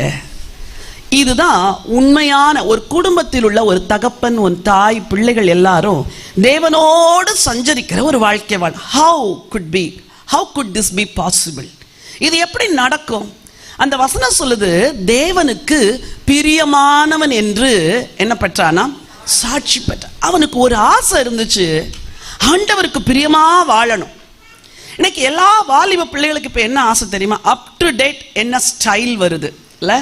இன்ஸ்டா இருக்குதே, இன்ஸ்டா வந்ததுல இருந்து ஒரு உலகத்தில் உள்ள எல்லா ஸ்டைலையும் கத்து கொடுக்குது. பசங்களுக்கு முடி மேல மஷ்ரூம் மாதிரி இருக்குது, கீழே ஒன்னையும் காணும். கேட்டா மஷ்ரூம் கட்டு அப்படின்னு சொல்றாங்க. நேற்று ஏர்போர்ட்ல ஒரு கேர்ள் நடந்து வர்ற, அவ பேண்ட் முட்டில 2 முட்டிலும் கிழிஞ்சிருக்குது. நான் யாரையும் கிரிட்டிசைஸ் பண்ணல. What is the purpose? நீ கிழிக்கிறதுனால என்ன லாபம்? உன் முட்டை எல்லாரும் பார்ப்பாங்க.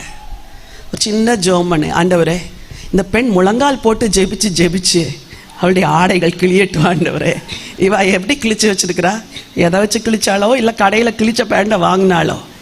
தேவனுடைய பிள்ளைங்களை, விசுவாச பிள்ளைங்களாகி உங்களுக்கு சொல்றேன், இந்த உலகம் உங்களுக்கு ஒரு பேட்டர்னை சொல்லிக் கொடுக்கும். That should not be your pattern, that should not be your life style. அது உங்கள் லைஃப் ஸ்டைலாக இருக்கக்கூடாது. அவனுக்கு ஒரு ஆசை, ஆண்டவருக்கு என்ன பிரியம். அப்ப என்ன செஞ்சானா, வாரத்தில் ஒரு நாள் ஆண்டவரை சந்திக்க கடந்து செல்வாராம். அப்போ மனைவிட்ட சொல்லிட்டு போவாராம், இந்த ஒரு நாள் நான் தேவனோடு சஞ்சரிக்க போறேன், நீ என்னை டிஸ்டர்ப் பண்ணாதன்னு சொல்லிட்டு போய் ஒரு நாளெல்லாம் கர்த்தரை தேடுவானாம். அப்ப ஆண்டவரும் அந்நாட்களில் ஆண்டவர் பிரத்யட்சமாய் தரிசனமாவார். ஆண்டவர் இறங்கி வந்து, ஏனோக்கு பாரு, இதெல்லாம் எனக்கு பிரியம் அப்படின்னு பேசுவாராம். எனக்கு இதுதான் ஏனோக்கு பிரியம், இதை உனக்கு சொல்றேன் அப்படின்னு சொல்லுவாராம். இவனுக்கு இதை கேட்டு கேட்டு என்ன ஆசை வந்துருச்சா, நமக்கு ஒரு நாள் பத்தாது, நம்ம போய் எப்படி செய்யணும், 2 நாள் தேவனோட சஞ்சரிக்கணும்னு போனான். எத்தனை நாள்? முதல்ல ஒரு நாள்.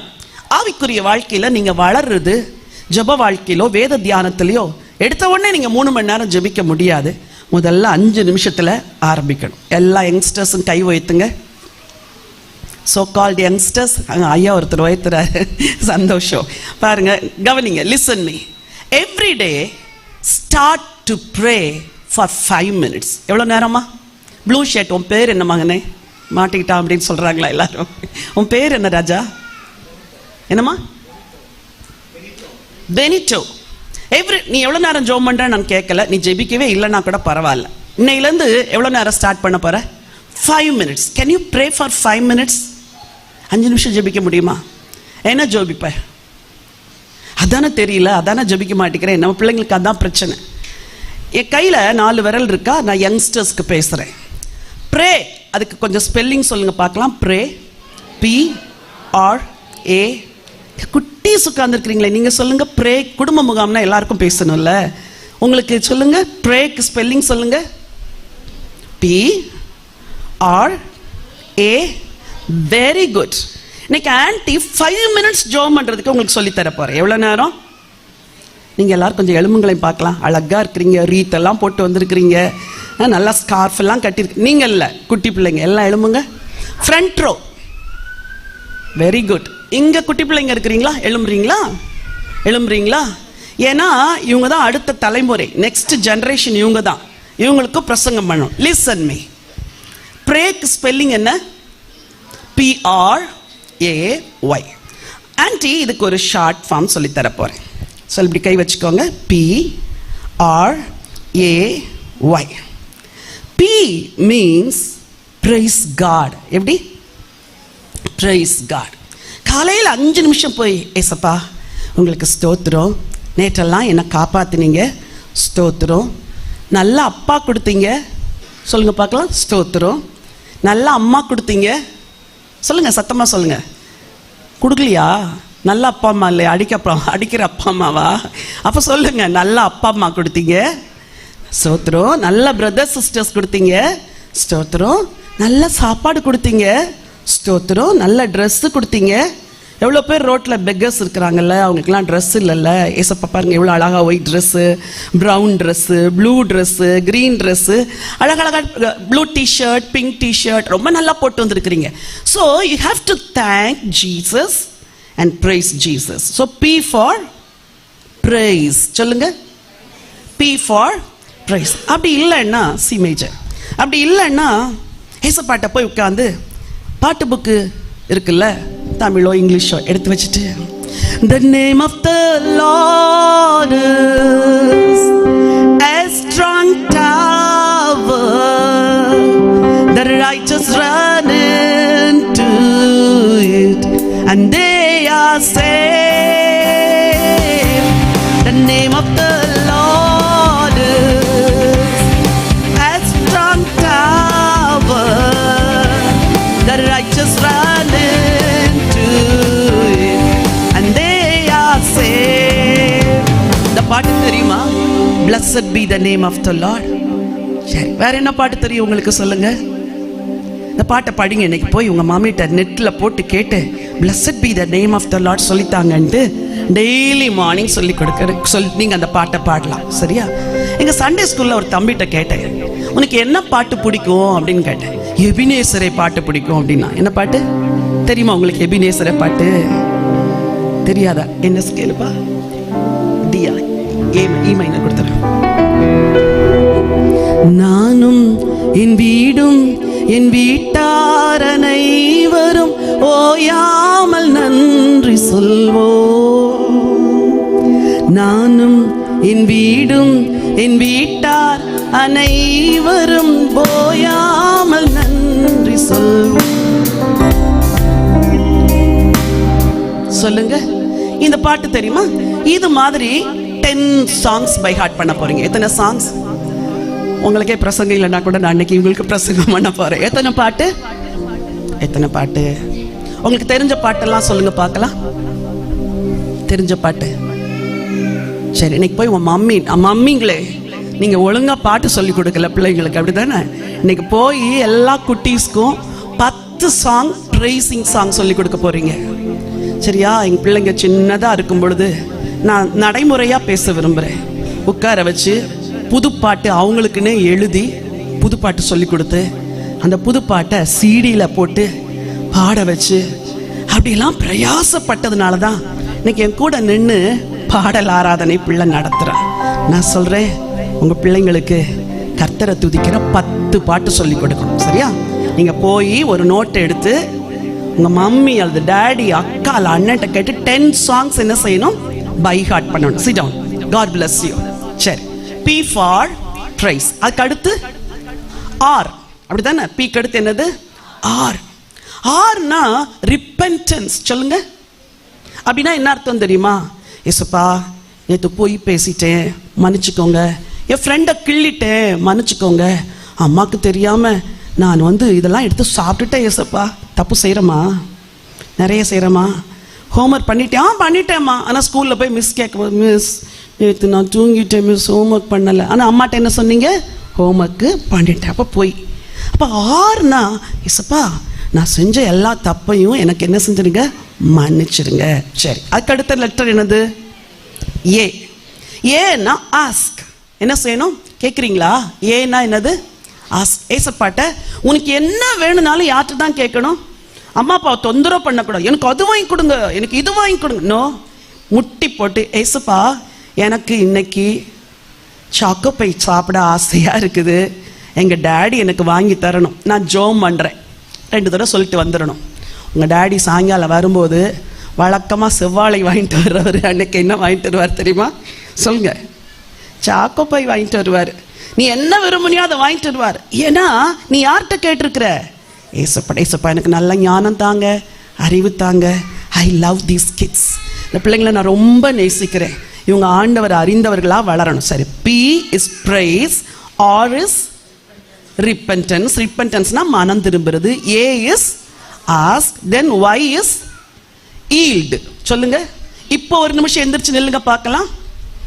பரவாயில்ல, இன்னைக்கு ஒரு எக்ஸசைஸ்னு வச்சுக்கோங்க. ஈல்டுனா என்ன தெரியுமா? நம்மளையே ஏசப்பாவுக்கு கொடுக்கிறது. சரியா? எப்படி ஈல்ட் பண்ணணும்னு சொல்லித்தாரேன். தலைமையில கை வைங்க. ஏசப்பா, சத்தமா சொல்லுங்க, இல்லாட்டி மைக்கு கொண்டாந்து தர சொல்லுவேன். ஏசப்பா, தம்பிங்க சொல்லுங்க. ஏசப்பா, என் சிந்தைய உங்க கையில ஒப்பு கொடுக்கிறேன். நான் தேவையில்லாதெல்லாம் நினைக்க கூடாது. ஏசப்பா, இப்ப இங்க வைங்க. ஏசப்பா, இது என்னது? என் கண்ணை சொல்லுங்க, கண்களை உங்கள்கிட்ட ஒப்பு கொடுக்கிறேன். நான் தேவையில்லாதெல்லாம் என்ன செய்யக்கூடாது? பார்க்கக்கூடாது. டாம் அண்ட் ஜெரி 3 மணி நேரம் உட்காந்து பார்க்கக்கூடாது. சரியா? அப்புறம் அந்த டிவி இந்த டிவி எல்லாம் ரொம்ப நேரம் பார்க்கக்கூடாது. கொஞ்ச நேரம் பார்க்கணும், அதோட நிறுத்திக்கணும். சரி, இப்போ இங்கே இதை வச்சுட்டு சொல்லுங்க. ஏசப்பா, என் காதுகளை உங்கள்கிட்ட ஒப்பு கொடுக்குறேன். நான் தேவையில்லாதெல்லாம் என்ன செய்யக்கூடாது? கேட்கக்கூடாது. உன் ஃப்ரெண்டு வந்து சொல், டேய் அந்த குண்டா வரான்டா அப்படின்னா நீயும் சேச்சா அப்படிலாம் சொல்லாத, பாவம் இல்லை அப்படி சொல்லணும். அவன் சொல்கிறத கேட்டுட்டு நீயும் அவனை என்ன சொல்லக்கூடாது? பாவம் இல்லை, அவனுக்கு கஷ்டமாக இருக்குல்ல, அப்போ சொல்லு, காதுகள் ஏசப்பா தேவையில்லாத கேட்கக்கூடாது. அப்புறம் சொல்லுங்க, ஏசப்பா என் வாயை சொல்லுங்க உங்கள்கிட்ட ஒப்பு கொடுக்குறேன், தேவையில்லாதெல்லாம் பேசக்கூடாது. அப்புறம் ஏசப்பா என் ஹார்ட்டை உங்கள்கிட்ட ஒப்பு கொடுக்குறேன், எப்பவும் என் கூட நீங்கள் இருக்கணும். கை வைத்தி சொல்லுங்க, ஏசப்பா என் கையை உங்கள்கிட்ட ஒப்பு கொடுக்குறேன், நான் திருடக்கூடாது, நான் தேவையில்லாதெல்லாம் செய்யக்கூடாது. கால் மேலே கை வச்சு சொல்லுங்க, ஏசப்பா என் கால்களை உங்கள்கிட்ட ஒப்பு கொடுக்குறேன். இந்த பிள்ளைங்களுடைய மதர்ஸ் கொஞ்சம் கை வைத்துங்க பார்க்கலாம். இந்த பிள்ளைங்களுடைய பேரண்ட்ஸ் இருக்கிறீங்களா? நல்லா கை வைத்துங்க. இன்னைக்கு வீட்டில் போய் இந்த PR மற்றவங்க பேரண்ட்ஸ்லாம் வரலையா? வந்திருக்கிறாங்களா? அப்பா அம்மா வந்திருக்கிறாங்களா? கையை உயர்த்த மாட்டேங்கிறாங்க. Okay, God bless you. இந்த PRAY நீங்கள் இன்னையிலேருந்து ப்ராக்டிஸ் பண்ணும். P for praise, R for repentance பாவ மன்னிப்பு, A for ask, Y for. இந்த மாதிரி நீ வந்து ஏசப்பாட்ட 5 மினிட்ஸ் ஜெபம் பண்ணணும். சரியா? அடுத்த 5 மினிட்ஸ் இல்லை, எத்தனை பேர் பைபிள் படிக்கிறீங்க? பைபிள் படிக்கிறியா செல்லம்? இன்னைக்கு படிச்சிங்களா? படிச்சிங்களா? Very good. நீங்கள் படிக்கலையா? படிச்சிங்களா? Very good. நீங்கள் படிச்சிங்களா? என்ன படிச்சிங்க? சரி, நீங்கள் படிக்கலை, பரவாயில்ல. உண்மையை ஒத்துக்கிட்டாங்க. ஒரு கிளாப் பண்ணுங்க பார்க்கலாம். படிக்கலைன்னு உண்மையை சொல்லிட்டாங்க. சரி, டெய்லி இன்னையிலிருந்து சங்கீதத்தில் ஒரு சங்கீதம் படிக்கணும். சரியா? சங்கீதத்தில் பெருசாக இருக்குன்னு விட்டுறக்கூடாது. பெருசாக இருந்தால் கூட ஒரு தடவை படித்து டெய்லி ப்ரே பண்ணணும். டெய்லி பைபிள் வாசிக்கணும். 10 நிமிஷம் யாருக்கு? ஏசப்பாக்கு. சரியா? தகப்பனே, இந்த குழந்தைங்களை நம்முடைய கரத்தில் ஒப்பு கொடுக்குற வருங்கால தலைமுறையாகி இந்த பிள்ளைங்களை நீங்கள் பொறுப்பெடுத்து நடத்துங்க. In Jesus name, amen. God bless you. இவங்களுக்கு ஒரு கைத்தட்டுக்கு பார்க்கலாம். சபை பிள்ளைங்களுடைய ஆவிக்குரிய வாழ்க்கையில் ரொம்ப கவனமாக இருக்கணும். இந்த எல்லா பிள்ளைகளுக்காக ஜெபிக்கணும். God bless you. உட்காருங்க. நோவா தேவனோடு கூட சஞ்சரித்து கொண்டிருந்தான். அப்போ 2 நாள் போனாரு. அப்புறம் அவருக்கு ரொம்ப ஆசை வந்துருச்சு. 3 நாள் போனாரு. அப்புறம் ரொம்ப ஆண்டவர் மேல அன்பு வந்துருச்சு. 4 நாள் போனார். அப்புறம் ஒரு நாள் ஆண்டவர் சொன்னாரா, நோவா 4 நாள் 5 நாள் 6 நாள் வந்துட்டேன், இனிமே என் கூடயே வந்துரு அப்படின்ட்டு நோவாவை ஏனோக்கை ஆண்டவர் கூப்பிட்டுட்டார். ஏனோக்கை ஆண்டவர் அழைத்தவுடன் ஏனோக்கு காணப்படாமற் போனார் அப்படின்னு சரித்திரம் சொல்லுது. இன்னைக்கு நீங்க ஆண்டவரோடு சஞ்சரிக்கிற வாழ்க்கை சின்னதா துவங்குங்க, விட்டுறாம செய்யுங்க. 5 நிமிஷம் ஆனாலும் டெய்லி ஜெபம் பண்ணிருங்க. ஒரு சாப்டர் ஆனாலும் பைபிளை வாசிச்சிருங்க. தொடர்ந்து வாசிக்க வாசிக்க உங்க ஆவிக்குரிய ஜீவியத்தில் அது பழக்கமா மாறிடும். நல்லா கவனிங்க. வழக்கம் பழக்கமாக மாறும், பழக்கம் அபிஷேகமாக மாறும். சில நாட்கள் காலையில் எந்திரிக்கும் போதே ஏதோ ஒரு பாட்டை பாடிக்கிட்டே எந்திரிப்பேன். எனக்கே அது ஆச்சரியமா இருக்கும். காலையில் எழும்பும் போதே ஒரு வேத பகுதியை ஞாபகப்படுத்துவார். அதை உடனே பார்த்தா அன்னைக்கு எனக்கு வேண்டிய ஒரு வார்த்தை அதில் இருக்கும். ஆண்டவரோடு நடக்கிற வாழ்க்கை, சஞ்சரிக்கிற வாழ்க்கை. தகப்பனாகி உங்கள் எல்லாருக்கும் சொல்றேன், வேலை இருக்குது, தொழில் இருக்குது, பிஸ்னஸ் இருக்குது, எல்லாம் இருக்குது. ஆனால் ஒவ்வொரு நாளும் காலையில் நீங்கள் முழங்கால் படியிட்டு ஜெபித்து வேதத்தை வாசித்து உங்கள் நாட்களை துவங்குங்க. குடும்பமாக சேர்ந்து ஜெபிக்கிறதுக்கு ஒரு நேரத்தை ஒதுக்குங்க. இந்த வாழ்க்கை தான் தேவனோடு சஞ்சரிக்கிற ஒரு வாழ்க்கை. சரி, மூணாவதாக ஆதியாகமம் 6:22 வாசிக்கலாமா? நோவா அப்படியே செய்தான். தேவன் தனக்கு கட்டளையிட்டபடியெல்லாம் அவன் செய்து முடித்தான். நோவா எப்படி செய்தார்? வசனம் சொல்லுது, 14வது வசனம் வாசிங்க. நீ கொப்பேர் மரத்தால் உனக்கு ஒரு பேழை செய்தார். குடும்பங்கள் தேவ சித்தத்தை செய்கிற குடும்பமா இருக்கணும். இன்னைக்கு நம்ம வீட்டுல பிள்ளைங்களுக்கு கல்யாணத்துக்கு வரம் தேடும் போது என்ன தெரியுமா தேடுறோம்? எங்க ஊர்ல வேற மாதிரி, உங்க ஊர்ல 100 பவுன் போடுவாங்களே கேளு அப்படின்னா கொடுக்கலாம். எப்படி 100 கொஞ்சமா சொல்றேன்னு நினைக்கிறேன். கிலோல பேரம் பேசுகிற ஊர் இது. கோடிகள்ல வரதட்சணையை பேசுற ஊர். இன்னைக்கு சொல்றேன், விசுவாசிகளாகிய நீங்கள் உலகத்தாரின் வழியில நடக்கக்கூடாது. அந்த ஒரு பெண் ஒரு சாதாரண குடும்பத்தில் உள்ள ஒரு பெண் தான். ஆனா அவளை தெரிந்தெடுத்திருந்தா அவ உங்க குடும்பத்தை கட்டியிருப்பா. ஒரு குடும்பத்தார் தங்களுக்கு வரம் தேடும் பொழுது அந்த சகோதரன், தட் இஸ் அந்த ஃபேமிலி, தங்கள் பையனுக்கு ஒரு பொண்ணை தேடணும். இவ்வளவு பவுன் நகை போட்டா தான் சிஸ்டர் அந்த பொண்ணு எங்க வீட்டுக்கு வரணும்னாங்க.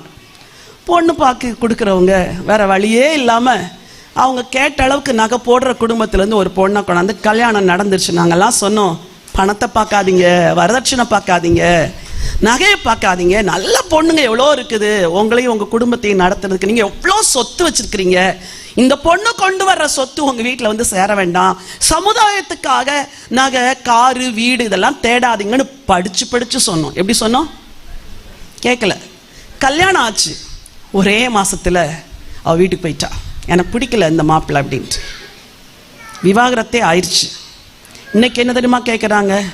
எப்படிப்பட்ட பொண்ணா இருந்தாலும் சரி சிஸ்டர், ஒரு பக்தி உள்ள பொண்ணை கொண்டு வாங்க.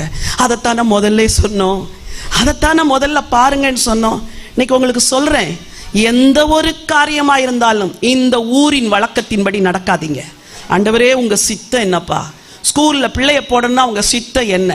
காலேஜில் உங்க பிள்ளைக்கு அட்மிஷன் போடணும்னா உங்க சித்தம் என்ன? ஒரு வீட்டை வாங்கணும்னா உங்க சித்தம் என்ன? ஒரு நிலத்தை வாங்கணும்னா உங்க சித்தம் என்ன? திருமண காரியங்கள்ல உங்க சித்தம் என்ன? நோவா அப்படியே செய்து முடித்தான். ஆண்டவர் சொன்னார், வேலையை பண்ண வேண்டிய விதமாவது. வாலிப பிள்ளைகளே, உங்களுக்கு ஆண்டவர் பேசுவார். நீ வாழ வேண்டிய விதம் இப்படி, நீ நடக்க வேண்டிய விதம் இப்படி, நீ உடுத்த வேண்டிய விதம் இப்படி. இதெல்லாம் கர்த்தர் சொல்லி சொல்லி சொல்லி சொல்லி கொடுத்ததுனால அந்த வசனத்தை எல்லாரும் வாசிங்க. 6 கடைசி வசனம் 22. நோவா அப்படியே செய்தான். தேவன் தனக்கு கட்டளையிட்டபடியெல்லாம் செய்து முடித்தான். இன்னைக்கு நம்ம வாழ்க்கையில எல்லா பகுதியிலும் ஆண்டவர் சித்தத்தை அறியணும். காட்ஸ் வில்ல அறியறது எப்படி? 4 காரியம். 1, நல்லா ஜெபிச்சா மனசு தெளிவா இருக்கும். தேவ சித்தத்தை அறிந்து கொள்ளும். காட், நியூட்ரலா ஜெபிக்கிறேன், என் விருப்பம் இல்லப்பா உங்க விருப்பம், என் சித்தம் இல்லப்பா உங்க சித்தம்னு எல்லாத்தையும் பலிபீடத்தில் வச்சுட்டு ஜெபிக்கணும். தேவ சித்தத்தை அறியறது எப்படி? நம்பர் 1, ஆண்டவர் வசனத்தின் மூலமாய் பேசுவார். எதன் மூலமாய் பேசுவார்? சின்ன சின்ன விஷயங்கள் கூட வசனத்தின் மூலமாய் பேசுவார். 2வது, மனசுல ஒரு பெரிய சமாதானம் இருக்கும். இதை செய்யலாமா வேண்டாமா நீங்க நினைக்கும் பொழுது டிஸ்டர்ப்டா ஃபீல் பண்ணீங்கன்னா நிறுத்திடணும். இல்லை ஆண்டவரே நான் கொஞ்சம் வெயிட் பண்றேன். அவசரப்பட்டு ஆத்திரப்பட்டு எடுக்கிற முடிவெல்லாம் வீணா போயிடும். நம்பர் 3, முதலாவது நான் சொன்னேன் நல்லா ஜெபிக்கணும்னு சொன்னேன். 2வது, வேத வசனத்தின் மூலமாய் பேசுவார். 3வது, மனதில் ஒரு பெரிய சமாதானம் கொடுப்பார். அதை செய்யும் பொழுதெல்லாம் ஒரு டிஸ்டர்பன்ஸ் இருந்துச்சுன்னா நீங்க என்ன செய்யக்கூடாது? அதை செய்யக்கூடாது. ஒரு சின்ன சாட்சியை தான் சொல்றேன். ஒரு குடும்பத்தில் ஒரு ஃபங்க்ஷன், அந்த ஃபங்க்ஷனுக்கு கூப்பிட்டுருந்தாங்க. நான் முதலாவது அந்த குடும்பத்தில் உள்ள அந்த பிள்ளைக்கு ஒரு கிஃப்ட் வாங்கிட்டேன். மனசு சொல்லுது நீ இன்னொரு கிஃப்ட் வாங்கு அப்படிங்கிறார். எதுக்கு? அன்று ஏற்கனவே நல்ல கிஃப்ட் தானே வாங்கிட்டேன், இன்னொரு கிஃப்ட் ஏன் வாங்க சொல்லி கர்த்தர் சொன்னார் நீ வாங்குனார். ஃபங்க்ஷன் போகிறதுக்கு முன்னாடி காரை நிறுத்தி ஒரு கடையில் நானே போய் ஒரு கிஃப்ட்டை வாங்கிட்டு வந்துட்டேன். எனக்குள்ள ஒரு கேள்வி, ஏன் ஆண்டவர் 2 கிஃப்ட் வாங்க சொன்னீங்க? அந்த ஒரு பொண்ணுக்கே எதுக்கு 2 கிஃப்ட்? அங்கே போய் பார்த்தா அந்த ஃபங்க்ஷனில் அவங்களுடைய சகோதரியின் பிள்ளைக்கும் அன்னைக்கு அவங்க அந்த ஃபங்க்ஷனை வச்சிருக்கிறாங்க. 2 பேர் உட்கார்ந்துருக்கிறாங்க. ஓ காட், ஸ்டேஜில் போய் நான் ஜெபம் பண்ணிட்டு ஒரு குழந்தைக்கு கிஃப்ட் கொடுத்துருந்தா அந்த அடுத்த குழந்தை ஏங்கி இருக்குமே. தேவனே நீங்கள் எவ்வளோ நல்ல தேவன், மனசில் பேசுகிறீங்கப்பா, மனசில் பேசுகிறீங்க. ஆண்டவர் மனசுக்குள்ளே பேசுவார். ஒரு காரியத்தை தப்புன்னு மனசுக்குள்ள வேண்டாம் மகனே, வேண்டாம், நீ இப்படி நினைக்கிறது வேண்டாம், நீ ரொம்ப நேரம் மொபைல் பார்க்கறது வேண்டாம், நீ தேவையற்ற காட்சிகளை மொபைலில் பார்க்கறது வேண்டாம், உன் நேரத்தை வீணாக்குற அப்படின்னு மனசுக்குள்ள பேசுவார். 5 முறை செவி கொடுக்கலைன்னா 6வது முறை பேச மாட்டார். 5வதா 4வதா ஆலயத்துக்கு வரும்பொழுது பலிபீடத்திலிருந்து பேசுவார். சில வேளைகளில் பார்க்குற வசனத்தின் மூலமாய் பேசுவார், கேலண்டர் மூலமாக பேசுவார், புக்கை திருப்பினீங்கன்னா அங்கே பேசுவார். எல்லாவற்றுக்கும் மேலா காட் உங்கள் சித்தம்னா எனக்கு இதை செய்யுங்க, சித்தம் இல்லைன்னா விட்டுருங்க. குடும்பத்தில் இதை தலைவன் தலைவி 2 பேரும் சேர்ந்து எடுக்க வேண்டிய முடிவில் நல்லா கன்சிஸ்டண்ட்டாக ஜெபம் பண்ணணும். ஆண்டவரே உங்கள் சித்தம்னா நடக்கட்டும், சித்தம்னா வாய்க்கட்டும், இல்லைன்னா விட்டுருங்க அப்படின்னு ஜெபம் பண்ணும் பொழுது ஆண்டவர் நிச்சயமாய் ஜெபங்களுக்கு பதில் தருவார். நன்றாய் ஜெபித்து தெளிந்த மனதோடு கூட ஆண்டவருடைய வார்த்தையை கேட்கணும். மனசின் சமாதானம், வேத வசனத்தின் வழி நடத்துதல், சில வேளைகளில் தீர்க்க தரிசனம் மூலமாய் பேசுவார், சொப்பனத்தின் மூலமாய் பேசுவார், பலிபீடத்திலிருந்து எல்லா நேரமும் பேசுவார், இப்படி வசனங்கள் மூலமாய் பேசுவார். நோவா கர்த்தருடைய சித்தத்தை செய்து முடித்தான். உங்க வாழ்க்கையில குடும்பத்தில் கடந்த நாட்களில் ஏன் தெரியுமா கஷ்டம், ஏன் நஷ்டம்? ஐயோ தெரியாம இந்த பையனை என் பொண்ணுக்கு கொடுத்துட்டேன், ஐயோ அவன் டார்ச்சர் பண்றான். ஏன் தெரியுமா? இன்னும் கூட கொஞ்சம் கர்த்தருக்கு வெயிட் பண்ணியிருந்தீங்கன்னா, இன்னும் கூட கொஞ்சம் கர்த்தருக்கு காத்திருந்தா நீங்க நல்லா செஞ்சிருப்பீங்க. இன்னும் கூட காத்திருந்தா கர்த்தர் உங்க தொழிலில் வேற ஒரு விதத்தில் நடத்திருப்பார். அவசரப்பட்டு உன்னை முடிவு பண்ணிட்டீங்க. இன்னைக்கு நம்ம எல்லாரும் மனம் திரும்புவோம். ஆண்டவர் அவர் சித்தத்தை செய்ய உதவி செய்வார். தேவ சித்தம் செய்கிற குடும்பங்களாய் நீங்கள் மாறணும். பிள்ளைங்களுக்கு கூட சொல்லிக் கொடுக்கணும். சின்ன வயசுலயே நீ ஏசப்பா சித்தம் தான் செய்யணும், ஆண்டவர் சித்தம் இல்லாத வேற எதையும் செய்யக்கூடாதுங்கிறத உங்க பிள்ளைங்க உள்ளத்துல விதைச்சு வச்சா ஏற்ற வேளை வரும்பொழுது அந்த பிள்ளை ஆண்டவருடைய ஊழியத்தை செய்கிற பிள்ளையாய் மாறும். 4வதாக இந்த நோவா தன் சொந்த குடும்பத்துக்கு ஆசீர்வாதமாய் இருந்தார். 5ஆம் அதிகாரம் 29வது வசனம் வாசிங்க. கர்த்தர் சபித்த பூமியிலே நமக்கு உண்டான வேலையிலும் நம்முடைய கைகளின் பிரயாசத்திலும் இவன் நம்மை தேற்றுவான் என்று சொல்லி அவனுக்கு நோவா என்று பெயரிட்டான். அவங்க பெற்றோர் அந்த பிள்ளைக்கு நம்பிக்கையோடு பெயரிட்டாங்க. என்ன பேரு? இவன் நம்மை, சொல்லுங்க சத்தமா சொல்லுங்க, இவன் நம்மை. ஒவ்வொரு தகப்பனுக்கும் தாய்க்கும் தன் பிள்ளையை குறிச்ச என்ன ஒரு நம்பிக்கைனா, என் பிள்ளை எனக்கு எப்படி இருக்கும்? ஆதரவா இருக்கும். 18 வயசான உடனே வெளி தேசங்களில் பிள்ளைங்க வெளியே போயிடுவாங்க. அவங்க அப்பாவுடைய சொத்துக்கு ஆசைப்பட மாட்டாங்க, அப்பாவுடைய சம்பாத்தியத்துக்கு ஆசைப்பட மாட்டாங்க. தனியாக ஒரு வீடு பார்த்துக்குவாங்க, தனியாக சம்பாதிப்பாங்க, அவங்களே வாழ்வாங்க. என் வாழ்க்கை, என் லைஃபு, என் வருமானம், என் சித்தம், நான் விரும்புகிறதான் செய்வேன் இப்படி சொல்லி 40 வயசு வரைக்கும் கூட சில கல்யாணம் பண்ண மாட்டாங்க. சிலர் 19 வயசுலேயே வாழ்க்கையை தேடிக்குவாங்க. வாலிப பிள்ளைகள் உலகமெல்லாம் வேற மாதிரி வாழ்கிறாங்க. ஆனால் இந்த பெற்றோர், ஆண்டவர் கிறிஸ்தவ குடும்பத்தை எப்படி வச்சிருக்கிறார்னா, பிள்ளைகள் வளர்ந்து வரும் பொழுது பெற்றோரை என்ன செய்யணும்? தேற்றுகிற பிள்ளைகளாக இருக்கணும். எனக்கு நல்லா ஞாபகம் இருக்குது. நான் 10th படிக்கும் பொழுது, 10th +2 படிக்கும்போது என் வீட்டில் மோஸ்ட் ஆஃப் த ஒர்க் நான் தான் பண்ணுவேன். எங்கள் அம்மாவுக்கு வீட்டில் அப்போல்லாம் இப்போ இருக்கிற வசதி கிடையாதா, வீதியிலேருந்து தண்ணி ஒரு சம்பில் விழும். அந்த சம்புக்குள்ள இருந்து ரெபேக்காள் மாதிரி தண்ணி டெய்லி எடுத்து எல்லாருக்கும் குளிக்கிறதுக்கு நான் தான் ஊற்றுவேன். கடைக்கு போனால் எங்கள் அம்மா என்ன தான் கூப்பிடுவாங்க. அப்போ நான் சைக்கிள் ஓட்டுவேன். ஆகவே சைக்கிளில் போய் மார்க்கெட்டுக்கு போய் எங்கள் அம்மாவுக்கு எத்தனையோ நாட்கள் பொருள் வாங்கிட்டு வந்திருக்கிறேன். ஒரு சின்ன பொருள் வேணும்னாலும் கடைக்கு போனால் எங்கள் அம்மா என்ன தான் கூப்பிடுவாங்க. என் தாய்க்கு ஸ்கூலுக்கு போகிறதுக்கு முன்னாடி வீடை பெருக்கி கொடுத்து தொடச்சி எல்லாம் செஞ்சுருக்கிறேன். சனி ஞாயிற்றுக்கிழமைகள் எல்லாருடைய துணிகளை துவைச்சி போடுவேன். யோசித்து பார்க்குறேன், அந்த சின்ன வயசுல என்னால் என்ற அளவு என் தாய் தகப்பனுக்கு நான் ஆதரவாக இருந்தேன். என் பெற்றோர் என்னை நம்பினார்கள். இந்த பிள்ளை ஒரு பொண்ணு இல்லை, இது எங்களுக்கு ஒரு பையன்னு சொல்லுவாங்க. வாலிப பிள்ளைகளே, இன்னைக்கு நான் உங்களுக்கு சொல்கிறேன், பெற்றோர் வீட்டில் நீங்கள் இருக்கிற காலத்தில் தான் உங்கள் தாய் தகப்பனுக்கு நீங்கள் உதவி செய்ய முடியும். உங்களுக்குன்னு ஒரு வாழ்க்கை வந்த பிறகு நீங்கள் ரொம்ப இங்கே செய்ய முடியாது. இங்கே உதவி செய்ய, இங்கே கிச்சன் பக்கமே போகாத பிள்ளைங்கெல்லாம் போய் மனைவிக்கு காஃபி போட்டு கொடுக்குறாங்க, சமைச்சு கொடுக்குறாங்க. ஒரு அம்மா அன்னைக்கு சொன்னாங்க, என் ஹஸ்பண்ட் எனக்கு எல்லாம் கிச்சனில் ஹெல்ப் பண்ணிடுவார் சிஸ்டர், பாத்திரம் விளக்கிடுவார், சிங்கெல்லாம் தொடச்சிடுவார். ஓ நல்ல புருஷனையா, பாத்திரம்லாம் விளக்குறாரு, சமைச்சு கூட கொடுப்பாரு, சில சமயம் பிள்ளைகளுக்கு சாப்பாடெல்லாம் ஊட்டி விட்டுருவாரு. இதெல்லாம் நல்லது. அங்கே போன பிறகு செய்கிறீங்களே, இங்கே இருக்கும்போது செய்யணும். பெண் பிள்ளைகளாகி உங்களுக்கு சொல்கிறேன், do some help to your mothers.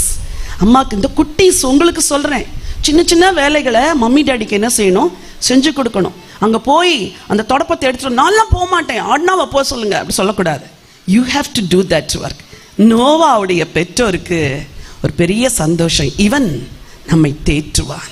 என் அன்பு பிள்ளைகளே, நீங்கள் உங்கள் பெற்றோரை தேற்று. அதே போல் இங்கே இருக்கிற மதர்ஸ் ஃபாதர்ஸில் எவ்வளோ பேருக்கு அப்பா அம்மா இருக்கிறாங்க? கை வைத்துங்க பார்க்கலாம். திருமணமான உங்களில் நல்லா கை வைத்துங்க. ஏன் வெக்கத்தோடு வைத்துறீங்க? இங்கே அப்பா அம்மா இருக்கிறாங்களா? அப்படி வைங்க. உங்கள் அப்பா அம்மாவை எப்படி கவனிக்கிறீங்க? ஐயோ கல்யாணம் பண்ணி வந்துட்டோங்க அப்புறம் அவங்களெல்லாம் நினைக்க, நோ, கிடையாது. உங்கள் தாய் தகப்பன் சாகிற வரைக்கும் நீங்கள் தான் உங்கள் பேரண்ட்ஸை பார்க்கணும். உங்களால் முடிஞ்சா மாதம் ஒரு காசு அவங்களுக்கு கொடுங்க. அவங்க எவ்வளவோ அவங்களுக்கு கொடுக்கலாம், but what they will expect. என் பொண்ணு ஒரு புடவை எடுத்து வந்தால் எங்கள் அம்மா அந்த புடவை ஆசையாக கட்டுவாங்க, வேண்டாம் வேண்டாம்பாங்க. ஆனால் கொடுத்த பிறகு ஆசையாக கட்டுவாங்க. அதை பார்க்கவே சந்தோஷமாக இருக்கும். அம்மா அவங்கள வளர்த்த கஷ்டங்கள்லாம் உங்களுக்கு தெரியாது.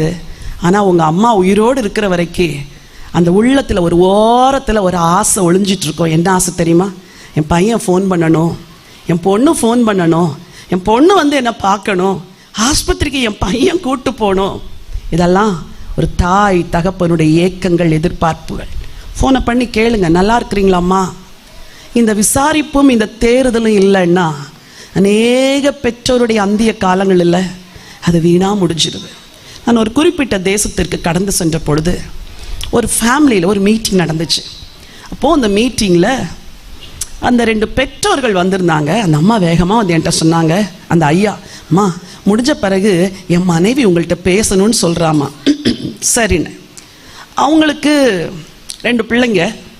அந்த பிள்ளைங்களை நம்பி இவங்க இங்கே எல்லாத்தையும் விற்றுட்டு போயிட்டாங்க அந்த தேசத்துக்கு.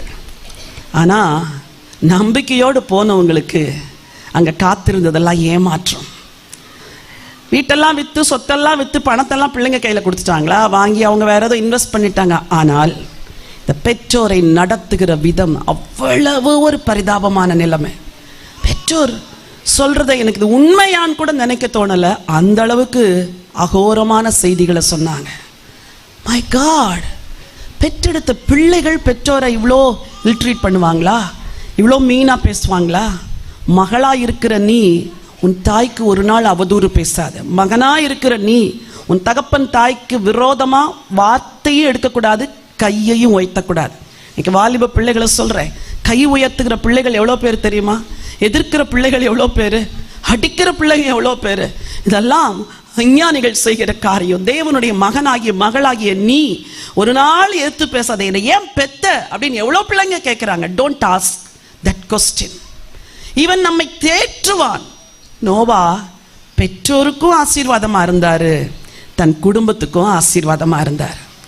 ஊரெல்லாம் உலகமெல்லாம் போய் நோவா பிரசங்கம் பண்ணார், எவ்வளோ பிரசங்கம் பண்ணார். ஆனால் அவர் பிரசங்கத்தை யாருமே கேட்கல. நீங்கள் குடும்பமாக சில ஊழியங்களை செய்யணும், ஊழியத்தில் இன்வால்வ் ஆகணும். சபையில் ஒரு கூட்டம்னா அதில் வந்து குடும்பமாக நிற்கணும். நோவா பிரசங்கித்தார் அப்படின்னு வேதம் சொல்லுது. 120 வருஷம் நீதியை பிரசங்கித்தாராம். ஒருத்தருமே கேட்கல. டிசப்பாயிண்ட் ஆனாரா? ஆகலை. இங்கே இருக்கிற ஸ்திரீகளுக்கு முக்கியமாக நான் சொல்கிறேன், கர்த்தர் என்னை திரும்ப திரும்ப திரும்ப திரும்ப பேசுகிற ஒரு காரியம் என்ன தெரியுமா? நீ அடுத்த தலைமுறைக்கு ஆசீர்வாதமாக இருக்கணும் அப்படின்னு. எத்தனை பேர் எங்கள் யூடியூப் சேனலை பார்க்குறீங்க? God bless you. 2 சேனல் இருக்குது எங்களுக்கு. ஒன்று பைபிள் கால்ஸ், இன்னொன்று ஜெயராணி ஆண்ட்ரூ என்ற சேனல். இந்த 2 சேனல்லையும் இந்த ஜெயராணி ஆண்ட்ரூங்கிற சேனலில் டெய்லி ஒரு 5 minutes டுடேஸ் விக்ட்ரின்னு ஒரு செய்தி வருது. கோல்டன் காஸ்பல் டிவியில் கூட அதை ஒவ்வொரு நாளும் டெலகாஸ்ட் பண்ணுறேன்னு சகோதரர் சொன்னாங்க. I am glad. அந்த சின்ன செய்தி ராத்திரி 12 மணிக்கு வரும். எவ்வளோ பேருடைய வாழ்க்கையில் ஆறுதலை கொண்டு வந்திருக்குது. இந்த பைபிள் கால்ஸ் என்ற யூடியூப்பில் நிறைய ஆவிக்குரிய செய்திகள் பெண்களுக்கு இருக்குது. தயவுசெய்து சும்மா இருக்கும்போது கேளுங்க. எல்லா ஊருக்கு போகும்போது ஸ்திரீகள் சொல்லுவாங்க, அம்மா, சகோதரர்கள் சொல்ல, அம்மா என் வீட்டில் கிச்சனில் உங்கள் சத்தம் தான் அம்மா கேட்குது. கிச்சனில் ஏன் சத்தம் கேட்குதா? ஏன்னா சமைக்கும் பொழுதெல்லாம் எத்தனையோ சகோதரிகள் சொல்லுவாங்க, ஒரு செய்தியை கேட்டு முடிச்சிடுவேம்மா சமைச்சு முடிக்கிறதுக்குள்ள.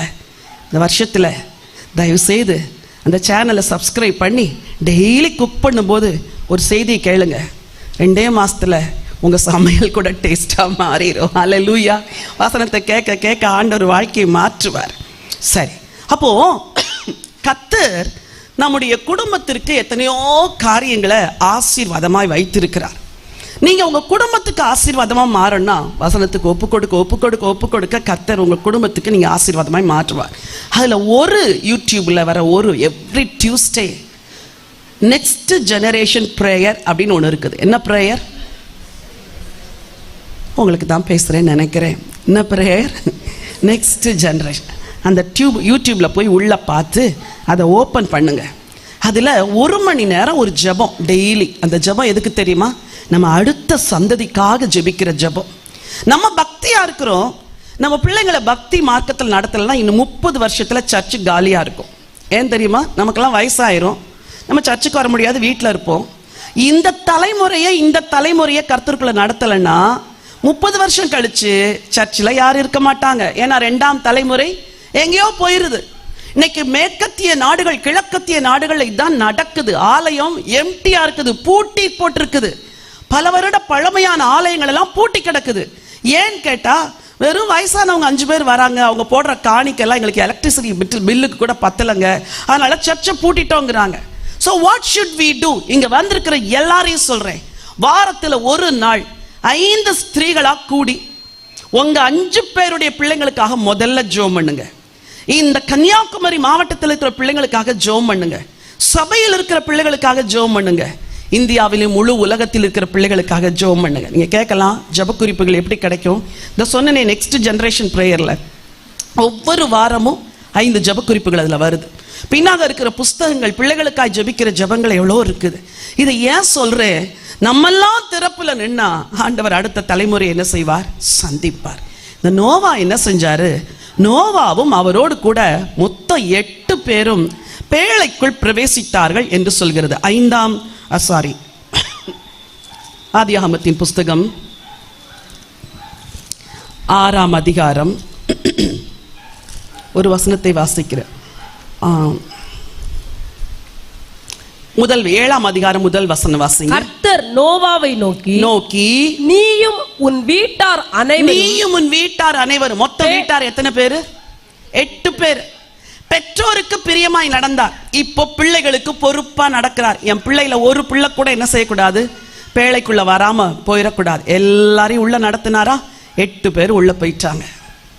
கர்த்தர் உள்ளே விட்டு கதவை அடைத்தார்னு சொல்லியிருக்கிறது. நோவா தன் குடும்பமாய் கர்த்தரை சேவித்த ஒரு மனுஷன். இன்னைக்கு ஆண்டவர் உங்கள்கிட்ட எதிர்பார்க்கிறது என்ன தெரியுமா? நீயும் உன் குடும்பமும் பேழைக்குள்ள பிரவேசிக்கணும். இந்த உலகம் ஒரு பொல்லாத உலகமாக இருக்கிறது. இந்த உலகம் பாவம் நிறைந்த ஒரு உலகமாக இருக்கிறது. ஆதியாகமத்தின் புஸ்தகம் ஆபிரகாமை குறித்து வாசிக்கும் பொழுது அவருடைய குமாரனாகி ஈசாக்குக்கு பெண் தேடும் பொழுது ஆபிரகாம் சொல்றாரு, நீ இங்கெல்லாம் கானானிய ஸ்திரீகள்ல தேடிராத, என் சொந்த ஜனத்திட்ட போ, அதாவது சொந்த ஜாதியில போ. அப்படி இல்லை, மீட்கப்பட்ட யெகோவா தேவனை வணங்குகிற என் கோத்திரத்திலிருந்து என் மகனுக்கு பொண்ணு எடுத்துட்டு வா. இன்னைக்கு அப்படி அவர் எடுத்ததுனால இன்னைக்கு இஸ்ரவேல்னு ஒரு தேசம் நிற்குது. இன்னைக்கு நீங்க ஒரு தலைமுறையை ஆண்டவருக்குள் நடத்தினால், ஒரு பிள்ளைய கர்த்தருக்குள்ள கொண்டு வந்தால் உங்க முழு சந்ததியும் கர்த்தருக்குள்ள வந்துடும். ஹல்லேலூயா. 5 காரியங்களை சொன்னேன். நோவா நீதிமானும் உத்தமனுமாய் இருந்தான். நம்முடைய குடும்பம் முழுதும் ரட்சிக்கப்பட்டு நீதியுள்ள குடும்பமாய் உத்தமமாய் இந்த உலகத்திலே வாழ வேண்டும். நோவா தேவனோடு சஞ்சரித்தார். நீங்களும் உங்கள் குடும்பத்தாரும் தேவனோடு சஞ்சரிக்க வேண்டும். ஒரு வீட்டிலையாவது கூட திரைப்பட பாடல்கள் கேட்கக்கூடாது. ஒருவர் மொபைல் போன்லையாவது ஜோக்குங்களையும் அதையும் இதையும் பார்த்து நேரத்தை வீணடிக்க கூடாது. உலக காரியங்கள் கேளிக்கைகள் நிறைய வந்துருச்சு, டைமை வேஸ்ட் பண்ணாதீங்க. நோவா தேவ சித்தம் செய்தார். உங்கள் குடும்பத்தார் எல்லாரும் தேவ சித்தம் செய்யணும். நோவா தன் குடும்பம் முழுவதற்கும் ஆசீர்வாதமாயிருந்தார். இப்படி வாழ்ந்த நோவாவுக்கு ஆண்டவர் கொடுத்த ஆசீர்வாதம் ஆதியாகமம் 8:5 வாசியுங்கள். 10ஆம் மாதம் மட்டும் ஜலம் வடிந்து கொண்டே இருந்தது. 10ஆம் மாதம் முதல் தேதியிலே மலை சிகரங்கள் காணப்பட்டன. 40 நாள் சென்றபின் நோவா தான் பேழையில் செய்திருந்த ஜன்னலை திறந்து 9:1 படிங்க. பின்பு தேவன் நோவாவையும் அவன் குமாரரையும் ஆசீர்வதித்து நீங்கள் பலுகி பெருகி பூமியை நிரப்புங்கள். சரி, 7வது வசனம். நீங்கள் பலுகி பெருகி பூமியிலே திரளாய் வர்த்தித்து விருத்தியாகுங்கள் என்றார். எல்லாரும் அழிஞ்சு போயிட்டாங்க. இந்த ஒரு குடும்பம் மட்டும் திரளாய் வர்த்தித்து விருத்தியாயிடுச்சு. மற்றவங்க எல்லாம் என்ன செஞ்சாங்க? பெண் கொடுத்தும் பெண் கொண்டும் வாழ்ந்தாங்க, பொருளை சம்பாதிச்சாங்க, ஓடுனாங்க, உழைச்சாங்க. இந்த ஒரு குடும்பம் மட்டும் கர்த்தருக்கு பிரியமா வாழ்ந்ததுனால ஆசீர்வதிக்கிறாராம். கர்த்தர் தருகிற ஆசீர்வாதம் உங்களுக்கு ஐஸ்வர்யத்தை தரும். அதனோடு அவர் வேதனையை கூட்டார். இந்த நாளில குடும்பமாய் நோவாவின் குடும்பம் போல கர்த்தரை சேவிக்க தீர்மானம் எடுங்க. நீங்களும் உங்களுடைய குடும்பமும் ஆசீர்வதிக்கப்படும். எல்லாரும் இருக்கிற இடங்கள்ல ஒரு நிமிஷம் எழும்பி நிற்கலாமா? Thank you father.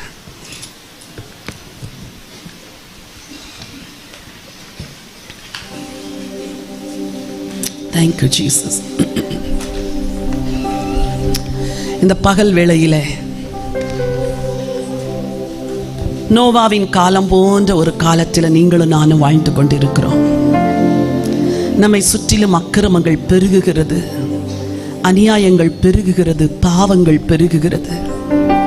இப்படிப்பட்ட ஒரு தலைமுறையிலே நீங்களும் நானும் கர்த்தருக்கு பிரியமாய் வாழுவதற்கு கவனமுள்ளவர்களாய் இல்லாவிட்டால் நம்முடைய வாழ்க்கையிலே சத்துரு உட்புகுந்து ரட்சிப்பு என்னும் வஸ்திரத்தை உரிந்து கொண்டு நம்மையும் நம்முடைய பிள்ளைகளையும் வேறு விதத்தில் திருப்பி விடுவான்.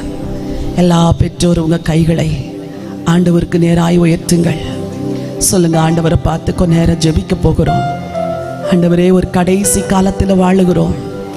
நானும் என் குடும்பமும் உம்மை சேவிக்க வேண்டும். நானும் என் வீட்டாரும் உமக்காய் வாழ வேண்டும். நானும் என் குடும்பமும் உமக்கு பிரியமாய் நடக்க வேண்டும். என் புருஷன் கர்த்தரை அறிய வேண்டும். என் மனைவி கர்த்தரோடு நடக்க வேண்டும். என் பிள்ளைகள் ஆண்டவரே பயபக்தி உள்ள பிள்ளைகளாய் உமக்கு பிரியமாய் வாழ வேண்டும். அப்பா சி மைனர். Thank you Jesus. வாயை திறந்து சொல்லுங்க, ஹல்லேலூயா ஹல்லேலூயா. கொஞ்ச நேரம் ஜெபிக்கலாமா? ஆண்டவரே, நான் ஞானமற்ற மகனைப் போல வாழக்கூடாது, ஞானமற்ற மகளைப் போல வாழக்கூடாது. ஆண்டவரே, என் குடும்பத்தை நான் ரட்சிக்கணும். என் பிள்ளைகளுக்காய் நான் திறப்பில் நின்று ஜெபிக்கணும். நோவா நீதியை பிரசங்கித்தது போல நானும் என் குடும்பமுமாய் ஆண்டவரே நீதியை பிரசங்கித்து பேழையை கட்ட வேணும். ஆண்டவரே, வாயை திறந்து சொல்லுங்க, இசப்பா, நோவா பயபக்தி உள்ளவராகி தன் குடும்பத்தை ரட்சிக்க பேழையை உண்டு பண்ணினாரே, எங்க குடும்பத்துல எல்லாருக்கும் பயபக்தியை கொடுங்கப்பா.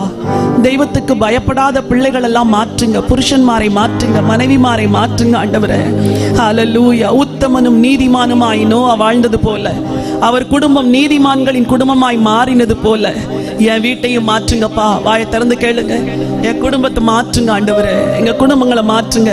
நாங்க உங்களோடு சஞ்சரிக்கணும் ஆண்டவரே. வாயை திறந்து சொல்லுங்க, உங்களோடு சஞ்சரிக்கணும் ஆண்டவரே. ஹல்லேலூயா. இந்த பொல்லாத உலகத்தில் ஆண்டவரே நாங்க உங்களுக்கு பிரியமா வாழணும். எங்க சின்ன பிள்ளைங்க கூட தினம் ஜெபிக்கணும்ப்பா. இதுவரைக்கும் என் பிள்ளையுடைய ஜெப வாழ்க்கையை குறித்து நான் கவலை இல்லாத இருந்துட்டேன். இன்னைக்கு பெற்றோர் தீர்மானம் எடுங்க. உங்க பிள்ளைங்க ஒவ்வொரு நாளும் ஜெபிக்கிறார்களா? கவனமா பாருங்க. ஒவ்வொரு நாளும் வேதம் வாசிக்கிறார்களா? அவர்கள் உண்மை பேசுகிறார்களா? அவர்கள் நண்பர்கள் எப்படிப்பட்டவர்களா இருக்கிறார்கள்? அவர்கள் யாரோடு பழகுகிறார்கள்? எங்கே போகிறார்கள்? எல்லாத்தையும் கவனிக்கிற பெற்றோராய் நீங்க மாறணும். உங்க பிள்ளைங்க கூட கர்த்தரை சேவிக்கிற பிள்ளைகளாய் மாறணும். வாயை திறந்து சொல்லுங்க, இயேசு ராஜா, இந்த கிருபை எங்களுக்கு தாங்க ஆண்டவரே, இந்த இரக்கத்தை எங்களுக்கு தாங்க ஆண்டவரே. நோவா தேவனுடைய சித்தப்படி செய்தது போல நானும் என் குடும்பமும் உங்க சித்த செய்யணும் ஐயா. உங்க ஒவ்வொரு குடும்பத்தை குறித்து ஆண்டவருக்கு ஒரு நோக்கம் உண்டு. தாவீது ஆலயத்துக்கு பொருள் சேர்த்தார். சாலமோன் ஆலயத்தை கட்டினார். மோசே ஜனங்களை வனாந்தரத்தில் நடத்தி கொண்டு போனார். யோசுவா ஜனங்களை கானானுக்குள் கொண்டு போனார். பவுல் சுவிசேஷ ஊழியத்தை செஞ்சார். உங்க குடும்பத்துக்குன்னு கர்த்தர் ஒரு ஊழியத்தை வச்சிருக்கிறார். ஆண்டவரை பார்த்து கேளுங்க, என் குடும்பத்துக்கு என்னப்பா ஊழியம் வச்சிருக்கிறீங்க? ஆண்டவரே, உதவி செய்யுங்க ராஜா. ஹல்லேலூயா. அதை நான் கண்டுகொள்ள எனக்கு உதவி செய்யுங்க ராஜா. ஹல்லேலூயா ஹல்லேலூயா. நோவா தேவ சித்தத்தை செய்து முடித்தது போல நானும் என் குடும்பமும் தேவ சித்தத்தை செய்யணும்பா. தன் குடும்பத்தை ஆதாயப்படுத்தினாரே, நோவா தன் பெற்றோருக்கு ஆறுதலாய் இருந்தது போல தன் குடும்பத்துக்கு ஆசீர்வாதமாய் இருந்தாரே, என்னையும் அப்படி மாற்றுங்கப்பா. என் முழு குடும்பத்துக்கும் நான் ஆசீர்வாதமா இருக்கணும். தேவ சபையாகிய குடும்பத்துக்கு ஆசீர்வாதமா இருக்கணும், இந்த உலகத்துக்கு ஆசீர்வாதமா இருக்கணும் ஆண்டவரே. அல்லேலூயா. கர்த்தர் நோவாவின் குடும்பத்தை ஆசீர்வதித்தது போல உங்களை உங்கள் குடும்பத்தை இன்றைக்கு ஆசீர்வதிக்க வந்திருக்கிறார். உங்க குடும்பத்துல என்ன குறை உண்டு, வாயை திறந்து சொல்லுங்க. இயேசுப்பா, அந்த குறைவுகளை எல்லாம் மாற்றுங்க ஆண்டவரே, மாற்றுங்க ஆண்டவரே. ரெண்டு கைகளை உயர்த்தி சொல்லுங்க, நாங்க குடும்பமா உங்களை சேவிக்கணும் ஐயா, குடும்பமா உங்களோட நடக்கணும் ஆண்டவரே. ஹல்லேலூயா. உம்மோடு நடக்கணுமே ஐயா, உம்மை போல் மாறணுமே, உம்மோடு நடக்கணுமே ஐயா, உம்மை போல் மாறணுமே. உலகின் ஒளியாய் மலை மேல் அமர்ந்து வெளிச்சம் கொடுக்கணுமே, வெளிச்சம் கொடுக்கணுமே. உலகின் ஒளியாய் மலை மேல் அமர்ந்து வெளிச்சம் கொடுக்கணுமே, வெளிச்சம் கொடுக்க. ஜெபமா சொல்லுங்க ஆண்டவரே, உம்மோடு நடக்கணுமே ஐயா, உம்மை போல் மாறணுமே. நான் உம்மோடு நடக்கணுமே ஐயா, உம்மை போல் மாறணுமே. ஓடும் நதியின் ஓரம் வளரும் மரமாய் மாற எங்க வாழ்க்கை எப்படி மாற்றுங்க ஆண்டவரே சொல்லுங்க. பயனுள்ள ஒரு வாழ்க்கை ஓரம் வளரும் மரமாய் மாறணுமே. எல்லா நாளும் இலைகளோடு கனிகள் கொடுக்கணும். பயனில்லாத வாழ்க்கை எனக்கு வேண்டாம் இயேசு ராஜா.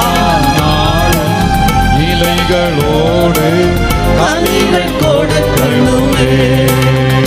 நான் உம்மோடு இருக்கணுமே ஐயா, உம்மை போல் மாறணுமே. நான் உம்மோடு இருக்கணுமே ஐயா, உம்மை போல் மாறணுமே. ஆத்மபார உருக்கத்தோடு அழுது புலம்பணுமே. நோவா 120 வருஷங்கள் அழுது புலம்பி ஜனங்களுக்கு சுவிசேஷத்தை சொன்னது போல எங்க குடும்பத்தை மாற்றுங்க ஆண்டவரே. இரவும் பகலும் விழித்து செவிக்கும் மேய்ப்பனாகணும். தகப்பன்மாரெல்லாம் சொல்லுங்க ஆண்டவரே, இரவும் பகலும் இழைத்து செபிக்கும் தகப்பனாகணுமே. நான் உம்மோடு இருக்கணுமே ஐயா, உம்மை போல் மாறணுமே. நான் உம்மோடு இருக்கணுமே ஐயா, உம்மை போல் மாறணுமே. உலகின் ஒளியாய் மலை மேல் அமர்ந்து வெளிச்சம் கொடுக்கணுமே, வெளிச்சம் கொடுக்கணுமே. உலகின் ஒளியாய் மலை மேல் அமர்ந்து வெளிச்சம் கொடுக்கணுமே, வெளிச்சம் கொடுக்கணுமே. கரங்களை தட்டி ஆண்டவருக்கு நன்றி சொல்லலாமா? இந்த பகல் வேளையிலும் எத்தனை பேரோடு இன்னைக்கு ஆண்டவர் பேசினார்? உங்க வாழ்க்கையில ஏதோ ஒரு பகுதி ஆண்டவரால் சீர்படுத்தப்பட வேண்டும். எல்லா கண்களும் மூடி இருக்கிற நேரத்துல கைகளை உயர்த்தி சொல்லுங்க, ஆண்டவரே, என் குடும்பத்தை குறித்து நான் ரொம்ப கவலையினமா இருந்துட்டேன் ஆண்டவரே, கவலையினமா இருந்துட்டேன் ஆண்டவரே. இன்னைக்கு நான் கருத்தா என் முழு குடும்பமும் ரட்சிக்கப்பட வேண்டும் என்று நான் ஜெபம் பண்ணுவேன், பிரயாசப்படுவேன். அப்படியே கைகளை உயர்த்தி உங்க எல்லா பிள்ளைகளுக்காய் கர்த்தரை நோக்கி ஒரு நிமிஷம் ஜெபம் பண்ணுங்க. வாயை திறந்து சொல்லுங்க. பிள்ளைகள் எல்லாம் உங்க பெற்றோருக்காய் ஜெபம் பண்ணுங்க. ஆண்டவரே, என் குடும்பத்தில் உள்ள பிள்ளைகள், என் குடும்பத்தில் என் பெற்றோர்கள் எல்லாரையும் ஆசீர்வதிங்க. அவர்கள் எல்லாரும் நீதிமான்களாய் உத்தமர்களாய் வாழணும், தேவனோடு சஞ்சரிக்கணும், தேவ சித்தத்தை செய்யணும், குடும்பத்திற்கு காவலாளிகளா இருக்கணும் ஆண்டவரே, ஆசீர்வாதமா இருக்கணும் ஆண்டவரே. நோவாவின் குடும்பத்தை போல எங்க குடும்பத்தை மாற்றுங்க. நோவாவின் பிள்ளைகள் தகப்பனோடு இணைந்து கடினமாய் உழைத்து பேழைய கட்டினார்கள். வாலிப பிள்ளைகள் கைகளை உயர்த்தி சொல்லுங்க, ஆண்டவரே, எங்க அப்பா அம்மாவுடைய கஷ்டத்துல நானும் பங்கு பெறணும் ஆண்டவரே. என் பெற்றோருக்கு நான் உதவி செய்கிறவனாய் இருக்கணும், உபத்திரவம் செய்கிறவனாய் இருக்க கூடாதப்பா. ஹல்லேலூயா, ஹல்லேலூயா, ஹல்லேலூயா. அப்படியே கைகளை உயர்த்தி கர்த்தர் நோவாவையும் அவனுடைய குடும்பத்தையும் ஆசீர்வதித்தது போல நம்மையும் ஆசீர்வதிக்க விரும்புகிறார். உங்க குடும்பத்தில் என்ன குறைவுகள் இருக்கிறது? இந்த பகல் வேளையில 3 காரியங்களுக்காய் நான் உங்களுக்கு ஜெபிக்க விரும்புகிறேன்.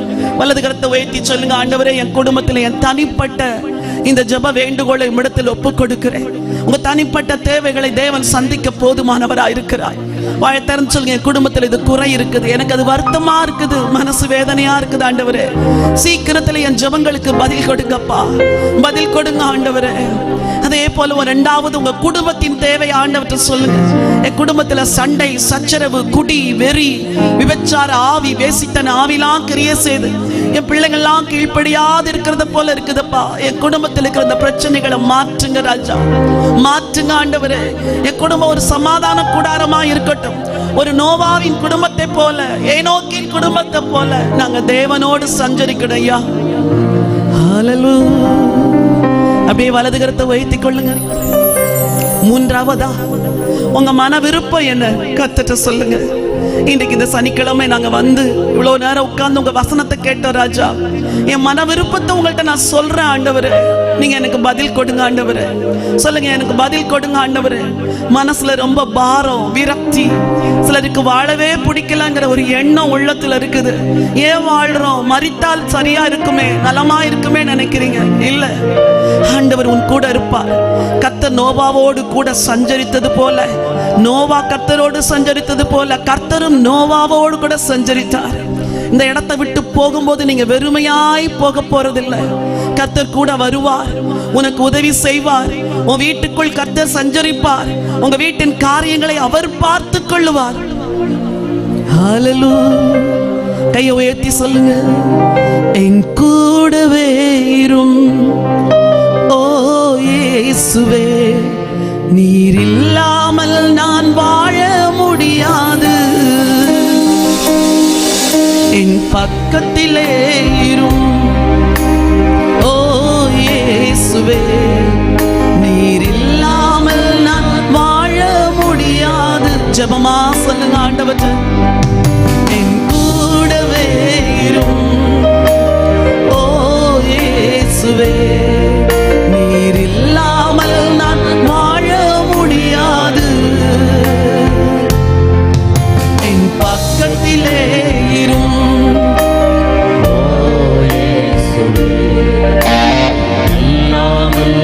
வாழ முடியாது. கண்ணீர் சிந்தும் நேரத்தில் நீ தாயுமானிரே, காயப்பட்ட நேரத்தில் நீ தகப்பனானிரே. கண்ணீர் சிந்தும் நேரத்தில் நீ தாயுமானிரே, காயப்பட்ட நேரத்தில் நீ தகப்பனானிரே. என் அம்மாவும் நீரே, என் அப்பாவும் நீரே, எனக்கு எல்லாமே நீங்க தானப்பா. என் அம்மாவும் நீரே, என் அப்பாவும் நீரே, எனக்கு எல்லாமே நீங்க தானப்பா. அப்படியே வலது கரத்தை உயர்த்தி, எனக்கு ஞானம் இல்லை, பலன் இல்லை, ஆலோசனை சொல்வார் இல்லை, உதவி செய்வார் இல்லை ஆண்டவரே. வலது கையை உயர்த்தி செய்ய கூட இருங்க ஆண்டவரே. என் வீட்டில் நீங்க உலாவுங்க. என் வீட்டில் எழும்பி நிற்கிற அந்தகார கிரியைகள் எல்லாம் அழித்து போகட்டும் ஆண்டவரே. பிசாசின் கிரியைகள் அழிக்கட்டும். என் பிள்ளைகளை பிடித்து வைத்திருக்கிற சத்துருடைய கிரியைகள் எல்லாம் உடைக்கப்படட்டும் ஆண்டவரே. என் பிள்ளைங்க, என் குடும்பத்தை விடுதலை செஞ்சு நானும் என் வீட்டாரும் இந்த ஜலப்பிரளயத்துக்கு வரப்போகிற கோபாக்கினைக்கு நாங்க தப்பு வைக்கப்படணும் ஆண்டவரே. என் குடும்பமா நாங்க தப்பு வைக்கப்படணும் இயேசு ராஜா. எங்க குடும்பத்தை உங்க கரங்கள்ல ஒப்பு கொடுக்கிறோம். பயத்திறந்து சொல்லுங்க, என் பிள்ளைய ஒப்பு கொடுக்கிறேன், என் கணவரை ஒப்பு கொடுக்கிறேன், மனைவியை ஒப்பு கொடுக்கிறேன், என் பெற்றோரை ஒப்பு கொடுக்கிறேன், என் வீட்டில் இருக்கிற எல்லா காரியங்களையும் ஒப்பு கொடுக்கிறேன் ஆண்டவரே. கர்த்தர் பொறுப்பெடுத்து நடத்த போகிறதற்காய் கோடான கோடி ஸ்தோத்திரம். நேரலையில், தொலைக்காட்சியிலும், யூடியூப் சேனலிலும் இந்த ஜெபத்திலே கலந்து கொண்டிருக்கிற தேவனுடைய பிள்ளைகளை உங்களுக்காய் ஜெபிக்க விரும்புகிறேன். ஆண்டவர் உங்களை நேசிக்கிறார். உங்க வாழ்க்கையில கர்த்தர் நிச்சயமா நன்மை செய்வார். என்ன பாரத்தோடு கண்ணீரோடு இன்னைக்கு இந்த ஜெபத்துல கலந்து கொண்டிருக்கிறீங்களோ, கரங்களை ஆண்டவருக்கு நேராய் உயர்த்துங்கள். கர்த்தர் சமீபத்திற்கு மாத்திரமல்ல, தூரத்திற்கும் தேவனாயிருக்கிறார். எந்த தேசத்திலிருந்து அந்த நிகழ்ச்சியை நீங்க பார்த்து கொண்டிருந்தாலும் இயேசு கிறிஸ்துவின் நாமத்தினாலே நோவாவோடு சஞ்சரித்த தேவன் இன்னைக்கு இந்த பிள்ளைகளோடு சஞ்சரிக்கும்படி அவங்க வீட்டுக்குள் பிரவேசிங்க ஆண்டவரே. அவர்கள் வீட்டுக்குள் பிரவேசிக்கும்படியாய் ஜெபிக்கிறேன். அவங்க வீட்டுக்குள் பிரவேசித்து அவர்கள் கண்ணீர், கவலைகள், துக்கங்கள் எல்லாம் மாற்றும்படியாய் ஜெபிக்கிறேன். சத்துருடைய கிரியைகள் அழிவதாக. உங்க நாமத்தினாலே ஜெயம் கொடுங்க ஆண்டவரே. அப்படியே கைகளை வைத்துக்கங்க. என் கூடவே இரும் ஓ இயேசுவே, நீர் இல்லாமல் நான் வாழ முடியாது. என் பக்கத்திலே இரும் ஓ இயேசுவே, நீங்க இல்லாமல் நான் வாழ முடியாது. ஆண்டவரே, நோவா தேவனோடு சஞ்சரித்தது போல உங்க பிள்ளைங்க உங்களோடு சஞ்சரிக்க வேண்டும் என்று தங்களை ஒப்புக் கொடுத்திருக்கிறார்கள். நீரும் பிரசன்னமாகிறோம். பலவீனமான இவர்களை பலப்படுத்தி இவர்கள் கூடாரங்களிலே வாசம் செய்து இவர்கள் நித்திய ராஜ்யம் வந்து சேரும் வரைக்கும் காத்துக் கொள்ளுங்க ஆண்டவரே. சபையார் எல்லாரையும் ஆசீர்வாத நிறைவோடு கூட அனுப்புங்க. தாழ்த்தி உடைய கரத்தில் ஒப்புக் கொடுக்கிறேன். Thank you Jesus. ராஜா இயேசுவின் நாமத்தில் ஜெபிக்கிறேன் நல்ல பிதாவே. கரங்களை தட்டி தேவனை மகிமைப்படுத்தலாமா?